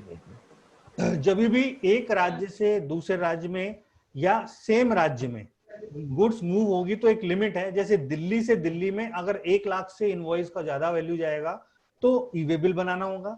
दिल्ली से बाहर किसी राज्य में जाएगा, इंटरस्टेट होगा, तो 50,000 पे ये आपको ई वे बिल बनाना होगा। ये हम बताएंगे, डोंट वरी। मैं आज सिर्फ आपको थोड़ा पोर्टल का इंट्रोडक्शन दे रहा हूँ, ठीक है। तीसरा एक और साइट है CBIC। क्या है, CBIC, CBI नहीं, central board of indirect tax and customs. ये भी वेबसाइट है। ये जो बेसिकली क्या है, जो जीएसटी है और जो ई वे बिल है वो सब किसके अंदर काम करते हैं, CBIC के अंदर, central board of indirect tax and customs. हाँ, ये एक मिनिस्ट्री है ना, ये फाइनेंस मिनिस्ट्री इसको गवर्न करती है और इसके अंदर सारा इनडायरेक्ट टैक्स काम करता है। ये तो सिर्फ जीएसटी है, जैसे अब कस्टम भी इनडायरेक्ट टैक्स है, वो कहाँ आएगा, इसके अंदर। तो कोई भी चेंजेस हो, आपको कभी भी वेरीफाई करने हो तो आप यहां से जाके वेरीफाई कर सकते हैं।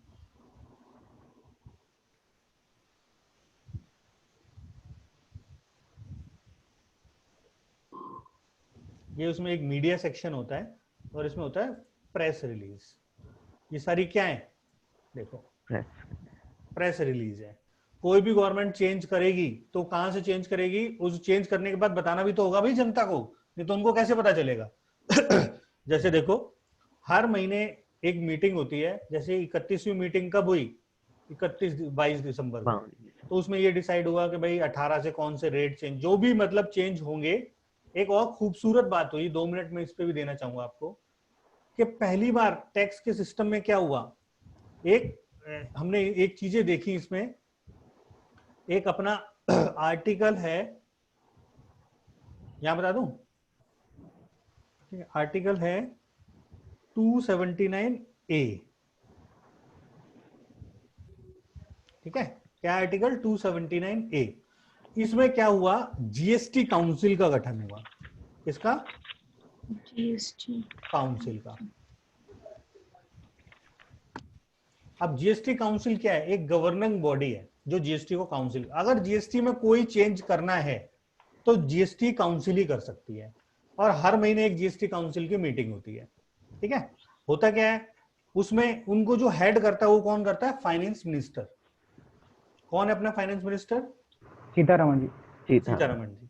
और एक करता है, स्टेट के मिनिस्टर्स होते हैं, स्टेट मिनिस्टर ऑफ फाइनेंस। कौन है? अनुराग ठाकुर। तो ये दोनों 2 मेंबर हो गए। हेड होता है, जो भी फाइनेंस मिनिस्टर होगा वो जीएसटी काउंसिल का क्या होगा, हेड होगा। ये इंपॉर्टेंट है, फिर हम उस पर करते हैं, ठीक है। तो ये क्या होगा, अभी 12 तो वैसे बज गए हैं, पर मैं थोड़ा सा और 5-10 मिनट ले सकता हूँ ना, कोई प्रॉब्लम तो नहीं है आपके, किसी को जाना तो नहीं है? नहीं सर। हाँ, तो ये फाइनेंस मिनिस्टर लेता है, ठीक है। इसमें काउंसिल में क्या बनाया गया कि भाई एक तो फाइनेंस मिनिस्टर होगा और एक क्या होगा, स्टेट मिनिस्टर ऑफ फाइनेंस होगा, जो कि अनुराग ठाकुर हो गए। बाकी क्या हो गए, हर राज्य और यूनियन टेरिटरी से एक एक पर्सन आएगा, एक एक क्या आएगा, मिनिस्टर, और ये सारे मिलके मीटिंग करेंगे, ठीक है ना। मीटिंग करने के बाद क्या करेंगे, कोई चैट कर रहे हैं,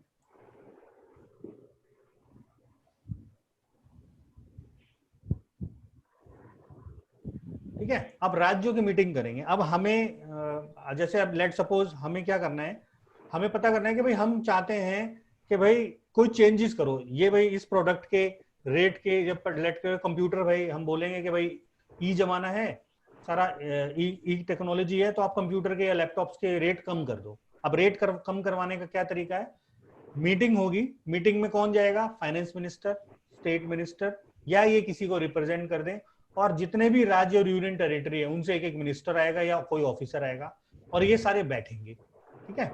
और ये सारे बैठने के बाद क्या डिसाइड करेंगे कि भाई एक प्रस्ताव, जैसे दिल्ली वालों ने दे दिया कि हाँ भाई इस चीज की, इस प्रोडक्ट का रेट आप कम कर दो।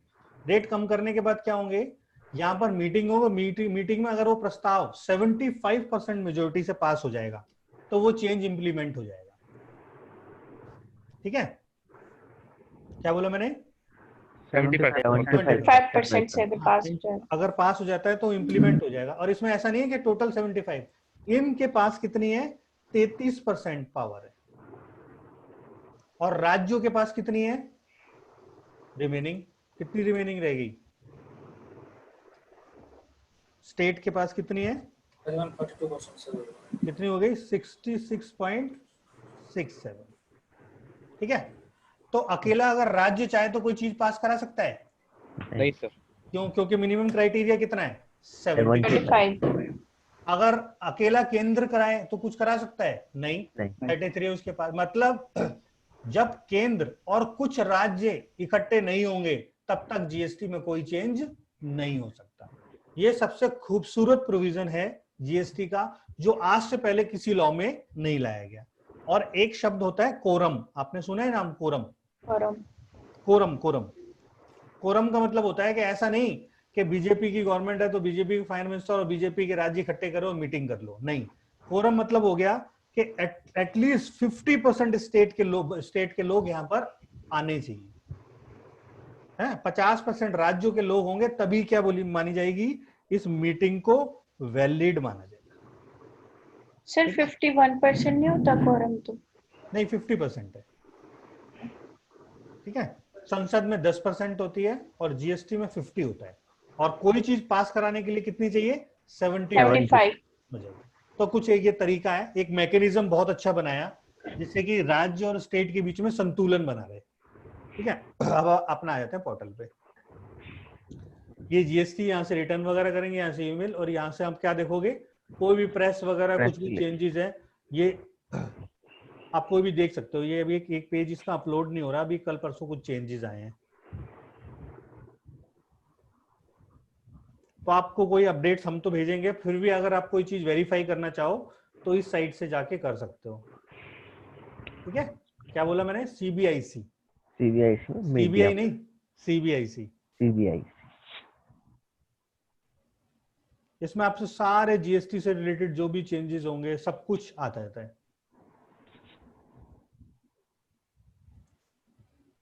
अभी 18-19 की क्यों नहीं आ रही है, थोड़ा सा कुछ प्रॉब्लम होगी इसमें। देखो लास्ट फाइलिंग डिस्प्यूट जो भी है, सारी चीजें जीएसटी से, सारी जो अपडेट्स आती हैं, मतलब इनडायरेक्ट टैक्स से कोई भी इंफॉर्मेशन आप यहां से निकाल सकते हो। चलो जी, अब एक काम करते हैं, सबसे पहले इस पोर्टल को देखते हैं। ये हमारा क्या है, बोलो? gst.gov.in। ठीक है,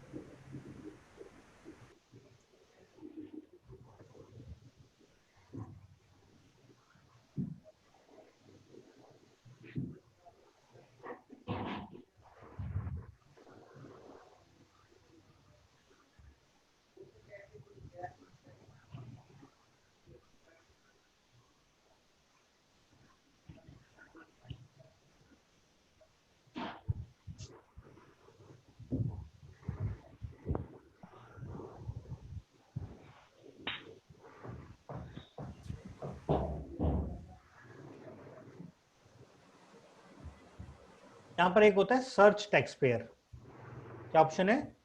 सर्च टैक्स और सर्च बाय जीएसटीएन।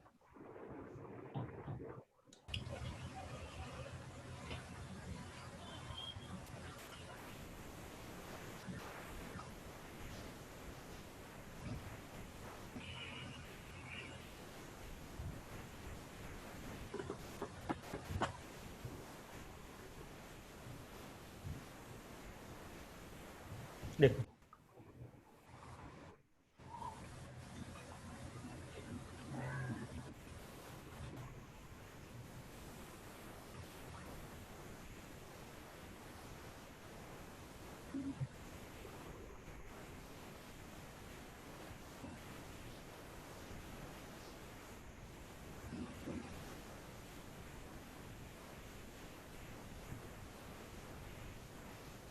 ये देखो दोस्तों, ये क्या होता है, ये जीएसटी का सर्टिफिकेट है। जब आप रजिस्ट्रेशन ले लोगे ना तो आपको एक सर्टिफिकेट इशू होगा जिसको क्या बोलते हैं, REG 06। बोलो, REG 06 रजिस्ट्रेशन सर्टिफिकेट होता है। ये क्या होता है, जीएसटी नंबर इसमें देखो पहले जो दो शब्द हैं, जो पहले 07। हाँ 07, ये क्या होता है, स्टेट कोड। क्या होता है ये? State code. और बाकी इसके पीछे देखो ये क्या है, पैन नंबर। कहां तक? अगले 10 नंबर का पैन नंबर होता है ना। तो यहां से कहां तक, A से C तक क्या होता है, पैन नंबर। ये क्या है, हमारा पैन नंबर है ये।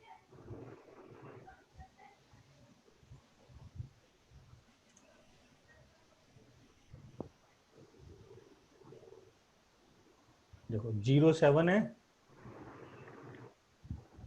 ये है स्टेट कोड। ये क्या है, जो भी है ये इस बंदे का पैन नंबर है। और ये 1 और Z है ना, जो 1 और Z होता है, 1 और Z हमें बताता है, 1 और Z हमें क्या बताता है कि भाई इन्होंने कितने रजिस्ट्रेशन ले रखे हैं। ठीक है, अभी इसने कितने रजिस्ट्रेशन ले रखे हैं? एक ले रखा है ना। मान लो जैसे SBI बैंक है, वो तो उसके जितने राज्य, जितनी यूनियन टेरिटरी, हर जगह ब्रांच होगी। जितने राज्य में आप काम करोगे आपको उतने रजिस्ट्रेशन लेने पड़ेंगे क्योंकि डेस्टिनेशन बेस है। तो मान लो 16, अगर किसी के 9 तक चाहिए तो यहाँ 9 आएगा, यहाँ 9 आ जाएगा और जेड क्या रहेगा, जेड ब्लैंक कोड है, ब्लैंक है, ठीक है।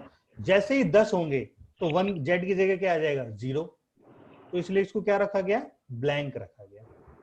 और जो आखिरी का शब्द होता है वो क्या है, इनका सिक्योरिटी कोड है, ठीक है, वो क्या है, सिक्योरिटी कोड है। ये तो जीएसटी मतलब हो गया।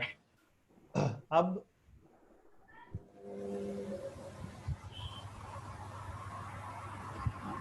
ठीक है, उसके बाद ये क्या होता है, लीगल नेम।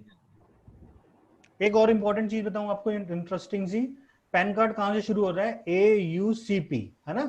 तो जो ये चौथा डिजिट है, ये जो 4th डिजिट होता है, वो बताता है कि इस पैन कार्ड का कॉन्स्टिट्यूशन कौन सा है। ये पैन कार्ड क्या है, प्रोप्राइटर है, क्या है, ये पर्सन है, P फॉर पर्सन है। अगर यहाँ P की जगह क्या होता है, C, तो क्या मतलब हो जाता है, ये कंपनी, ठीक है ना।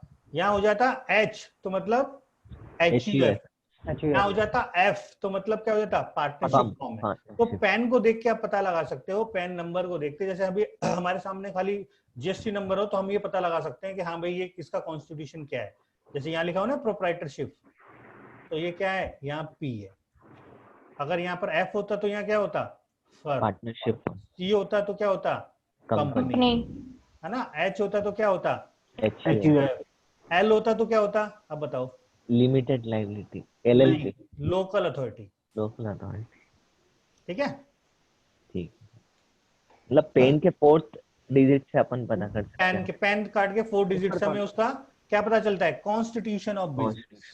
2 तरह के नाम होते हैं, एक होता है लीगल नेम जो पैन कार्ड पे छपा होता है, एक होता है ट्रेड नेम जिस नाम से वो बिजनेस करता है। लीगल नेम मतलब सही है, ओनर नेम है ना ये? हाँ, ऑनर नेम, लीगल नेम मतलब उसका ऑनर नेम जो उसके पैन कार्ड पे होगा, ठीक है। और ट्रेड नेम क्या, जिस नाम से वो बिजनेस करता है, जैसे मैं दिखाता हूँ।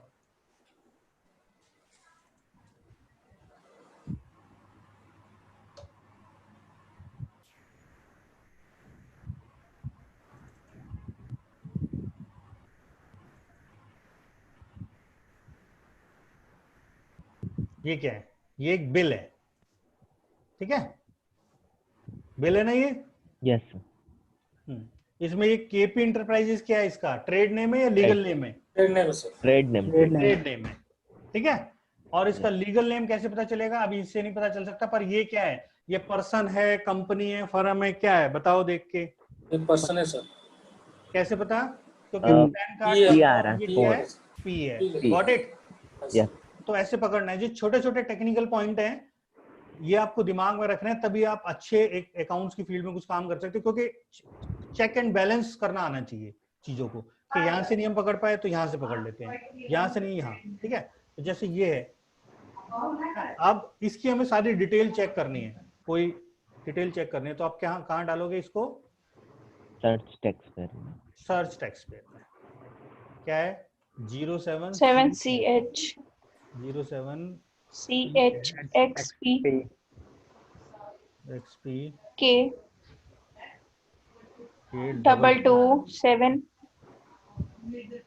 71 D1 Z5 Z5।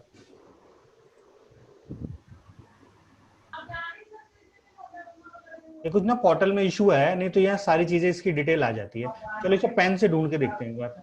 हाँ हाँ, हमारे उसमें प्रॉब्लम नहीं है, पोर्टल पे कोई इशू है, ठीक है। एक जगह और भी होती है, अगर यहाँ से कोई प्रॉब्लम आए तो यहाँ जाओ ईवे बिल की साइट पे, जो दूसरी साइट है, यहाँ डालो सर्च टेक्स्ट पे, और यहाँ पर भी आप डाल सकते हो 07 CHX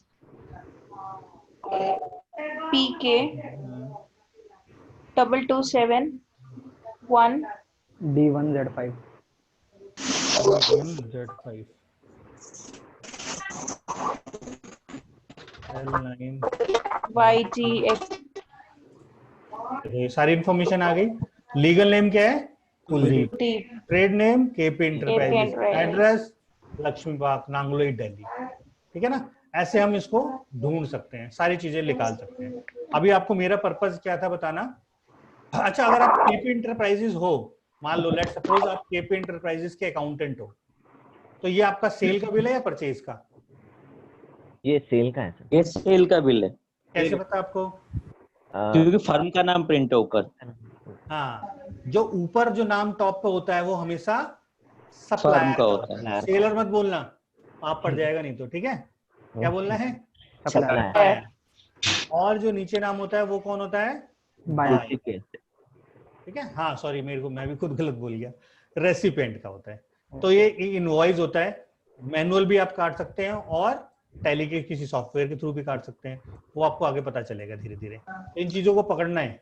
ऊपर क्या लिखा हुआ देखो, टैक्स। Tax invoice. इनवॉइस दो टाइप के होते हैं, टैक्स और bill of supply. Bill of tax और bill of bill of supply. जो मैं डिटेल में आपको इनवॉइसिंग बताऊंगा, बहुत सारे रूल्स हैं, तो धीरे धीरे जैसे जैसे हम आगे बढ़ेंगे रिटर्न्स पे आ जाएंगे ना बहुत जल्दी। जैसे हम ये वाला डाटा आपसे शेयर करेंगे, सारी पार्टी का डाटा है, ये हमारी कंप्यूटेशन का फॉर्मेट है कि हमने टैक्स लायबिलिटी को कैसे कैलकुलेट किया, क्या टैक्स पे करना है। तो ये शीट अब मैं टाइम टू टाइम आपके साथ शेयर करूंगा और आपको डाटा भी दूंगा, तो आप ऐसी प्रैक्टिस करना, और प्रैक्टिस करके हम फिर करा करेंगे और लाइव रिटर्न में यही फाइल करा करूंगा आपके सामने, ठीक है?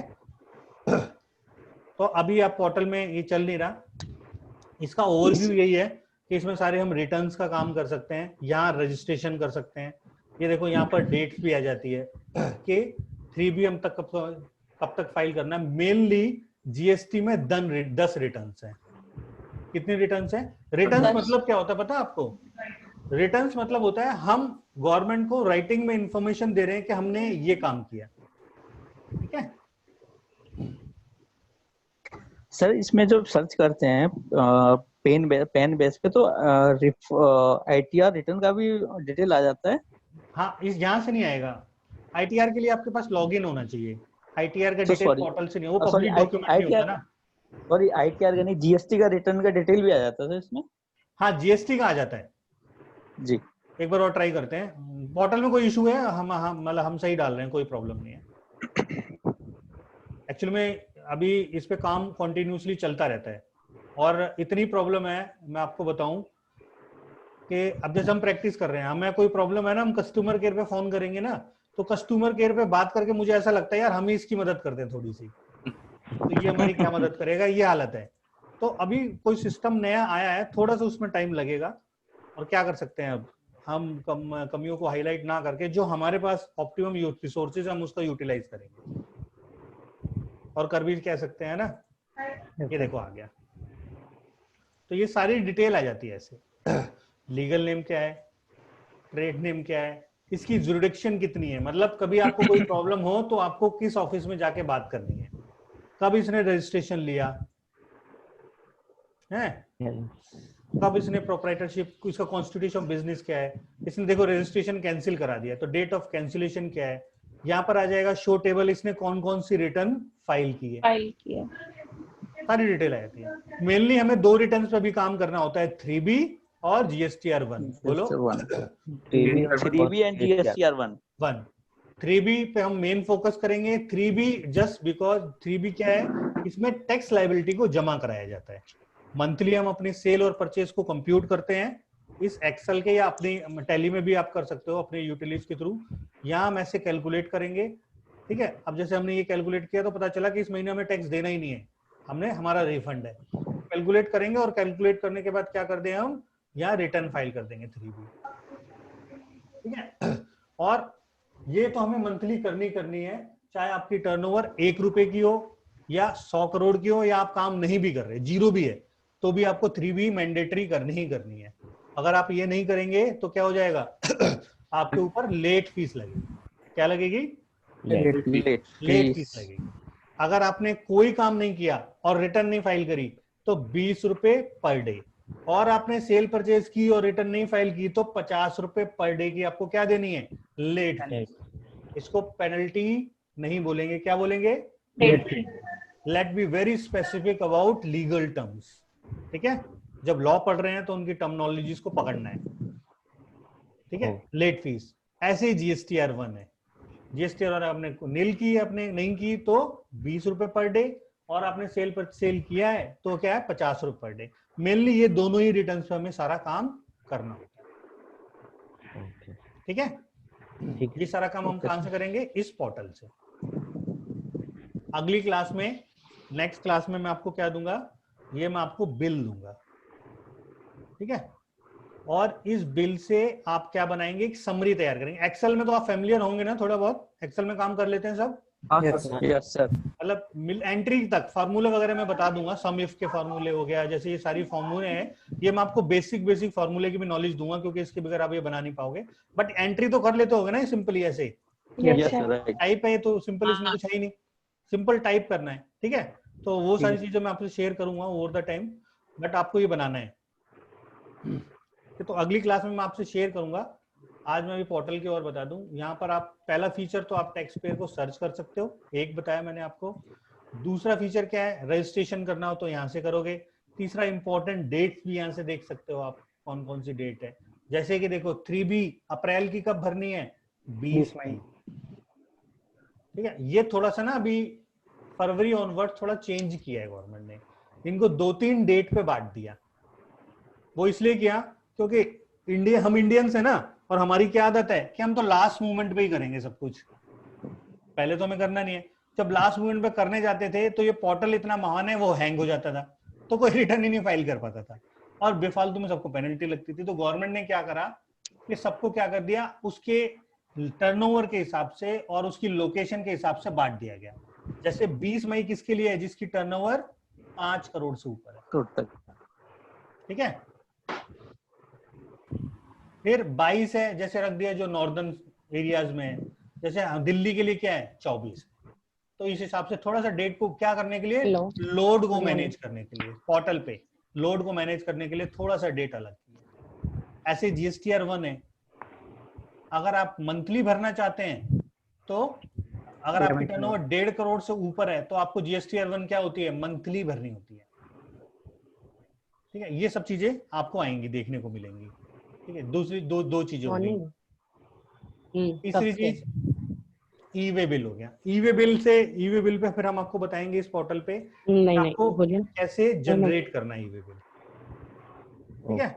और 14 CBIC, ये आपकी नॉलेज के लिए, आप जैसे जैसे जरूरत पड़े मेरे से डिस्कस कर सकते हैं। मेनली हमें 2 काम, हम इन दोनों अकाउंट में करवा दो पहले गूगल पे या जो भी हो जाए, ठीक है। इन दोनों पोर्टल्स पे हम काम करेंगे। यहाँ से रजिस्ट्रेशन ट्रैक करना है, पेमेंट भी करनी है, आप बिना लॉगिन करे भी पेमेंट कर सकते हैं। यहाँ से आप यूजर आईडी वगैरह देख सकते हैं, यहाँ से आप अपने रिफंड को ट्रैक कर सकते हैं। तो ये सारे क्या है, GST के फीचर इससे कोई वो थोड़ी नहीं है, पार्क थोड़ी नहीं है, ऑफलाइन टूल्स है यहाँ पर। क्या है, पीछे से नॉइज आ रही है, प्लीज जो भी कर रहे हैं एक बार 2 मिनट का और रह गया। तो ये सारे क्या है हमारे, मेरा सर इंटरेस्ट नहीं आ रहा उसमें, डेयरी फार्मिंग वगैरह में आ रहा है। सारे क्या है हमारे GST के रिटर्न्स के टूल्स हैं। नहीं यार, देखो सही बताओ, स्कूल देखो देख ही नहीं पाऊंगी मैं, तो मतलब क्या उस चीज का यहाँ पे न्यू रिटर्न्स नहीं हो पाएगा यार। ये हम अगली क्लास से स्टार्ट करते हैं, ये टाइम बाहर मिलेंगे सर शांति में, तो अगली क्लास से हम ये स्टार्ट करेंगे, क्योंकि ये स्क्रीन ये आपके उस पे आपके क्लाउड पे शेयर हो जाएगा। नहीं होता है तो हमें बताना, ये हम आपको शेयर कर देंगे जो भी हमारी क्लास हुई है, ठीक है सर। ये PPP मिलेगा मतलब हमें? हाँ, आपको मिल जाएगा, अभी क्लाउड पे सेव हो रहा है, बुक भी मिल जाएगी। वो जैसे जैसे मैं पढ़ाता रहूंगा नोट्स आपसे शेयर करते रहेंगे, जी सर, ठीक है ना। वो सब आपको मिलता रहेगा, उस सब के लिए आप मेघा से कोऑर्डिनेट कर नोट्स और एक्सेल की सीटें जब सर मेल करते रहना, वो हम टाइम टू टाइम जैसे जैसे आएगा ना आपको। अभी जैसे ओवरव्यू पढ़ाया तो ओवर शेयर कर देंगे, अगली क्लास में मैं रिटर्न्स चालू करूंगा तो रिटर्न्स के आपको साथ साथ आपको शेयर करते रहेंगे। Don't worry about that. Sir जो हम ये GST की फाइल्स अपनी क्रिएट करते हैं, ये हम किस सॉफ्टवेयर पे कर सकते हैं या फिर ऐसे पोर्टल पे ही हमारा काम होगा? सारा काम पोर्टल पे ही होता है। आप अगर यूटिलिटी करनी है तो आप अपने यहाँ पर यूटिलिटी डाउनलोड करो और उस पर काम कर सकते हो, कोई प्रॉब्लम नहीं है। वो कंप्यूटर फ्रेंडली यूटिलिटी है, कोई इसमें इश्यू नहीं आता, ठीक है। बस E-साइनर एक सॉफ्टवेयर है, वो आप डाल लेना। Okay sir. हाँ, वो टाइम टू टाइम मैं आपको बता दूंगा। यहाँ जाके डाउनलोड सेक्शन में ये वर्जन ये डाउनलोड कर लेना, बाकी सारे चलेगा सर। और जैसे अब कल से हमारी क्लास ज्वाइन, आज जैसे हमारे को क्लास ज्वाइन करने में इतनी प्रॉब्लम हुई तो नहीं, अगली बार अब आपको तो आप फर्स्ट क्लास में तो आपको भी नहीं पता था कि भाई कैसे सारे प्रॉब्लम आ रही थी ना। अब आपको पता चल गया ना कौन से कोर्स पे जाना है, कहाँ ज्वाइन करना है ना। आई होप ऐसी प्रॉब्लम ना आए। अब जब से क्लास स्टार्ट हुई कभी किसी को प्रॉब्लम आई है कोई? और नहीं सर, और तो स्टार्टिंग में लेट हो गया सर तो थोड़ा। हाँ, वो मैं 10 बजे करेक्ट शार्प 10 बजे स्टार्ट कर दूंगा, ठीक है, वो Okay, लेट नहीं sir. होगा कभी, पर कभी आज फर्स्ट डे था तो थोड़ा सा लेट हो गए थे सर वो लॉगिन करने में। हाँ वही सारा टाइम ना, तो अब इनिशियल स्टार्ट की अगर उसके बीच में सर अब परसों क्लास होगी? हाँ MWF में होगी वेडनेसडे को 10 बजे। Okay sir. ठीक है, जब तक आप आज जो मैंने पढ़ाया उसको रिमाइंड करना, अगर आपको कोई इशू आता है तो हम क्लास करने शुरू करने से पहले वो सारी चीजें डिस्कस करेंगे और फिर आगे बढ़ेंगे। ठीक है, आई होप मैं आपको अच्छा लगा होगा, और कोई भी फीडबैक हो तो वो आप मेगा को भी शेयर कर सकते हैं और हमसे भी, मेरे से भी फ्रेंकली बात कर सकते हैं, यहाँ प्रॉब्लम आ रही है तो हम उसको ठीक करने की कोशिश करेंगे। Okay sir. ओके सर कल कोई क्लास नहीं? कल नहीं है, MWF 10 से 12, 10 to 12। Okay sir. एक्चुअली में मैं डेली रखना चाहूँ तो मैं जानबूझ के नहीं रखूंगा। रीजन इज दैट कि आप बहुत ये नई नई चीजें आपके लिए, आप अभी तो मैंने स्मूथली आपको बेसिक चीजें बताई हैं, जैसे जैसे हम आगे बढ़ेंगे तो चीजें थोड़ी कॉम्प्लेक्स भी होंगी तो आप डाइजेस्ट नहीं कर पाओगे, तो एक दिन का आपको चैन चाहिए, आप उसको एक बार गो थ्रू कर लो। Okay sir. क्योंकि डेली अगर 10 बजे में नई चीजें आपको बताने लग जाऊंगा तो आप 4-5 क्लास के बाद ना भाग जाओगे। Okay sir. आप थोड़ा सा एक एक दिन में आप डाइजेस्ट करो, थोड़ी प्रॉब्लम होती है तो प्रॉब्लम क्लास से पहले 15 मिनट वो डिस्कस करेंगे कि पहले की क्या प्रॉब्लम है, पहले वो सारी चीजें आनी चाहिए ना, तभी तो आगे बढ़े। ये Yes, तो Yes, sir. आगे भागेंगे और पीछे का साफ करते जाएंगे, उससे कोई करने वाली बात नहीं है ना। ओके आप कोई भी प्रॉब्लम हो पूछो। आई होप ये जो मैंने अभी पढ़ाया ये आप 4, 5, 6 जो भी सारे पॉइंट पढ़ लेना एक बार, फिर मैं परसों मुलाकात करता हूँ। ठीक है सर और आप ये टेलीग्राम पे सेंड करोगे? ये तो आपको अभी जैसे ही मैं स्टॉप करूंगा ना sharing, Yes, video sir. Create होके आपके वहीं पर आपकी जो जूम पे चली जाएगी, आपने जूम डाउनलोड कर रखा होगा ना, यस सर। हाँ Yes, उसमें sir. आ जाएगी अपने आप, वहाँ सारी जो भी हमारी कन्वर्सेशन शुरू से स्टार्टिंग तक आप देख सकते हो। ठीक होगा तो आप मेरे को, मेगा का नंबर है ना, मेगा से आप कोऑर्डिनेट कर रहे होगे यस सर। तो मेगा आपको शेयर कर देगी, डोंट वरी। ओके। ठीक है, okay, thank you, thank you. Thank okay you. अभी भेजना बेटा, फिर फोटो कर लिया है ना, वो सिस्टम पे बैठे हैं।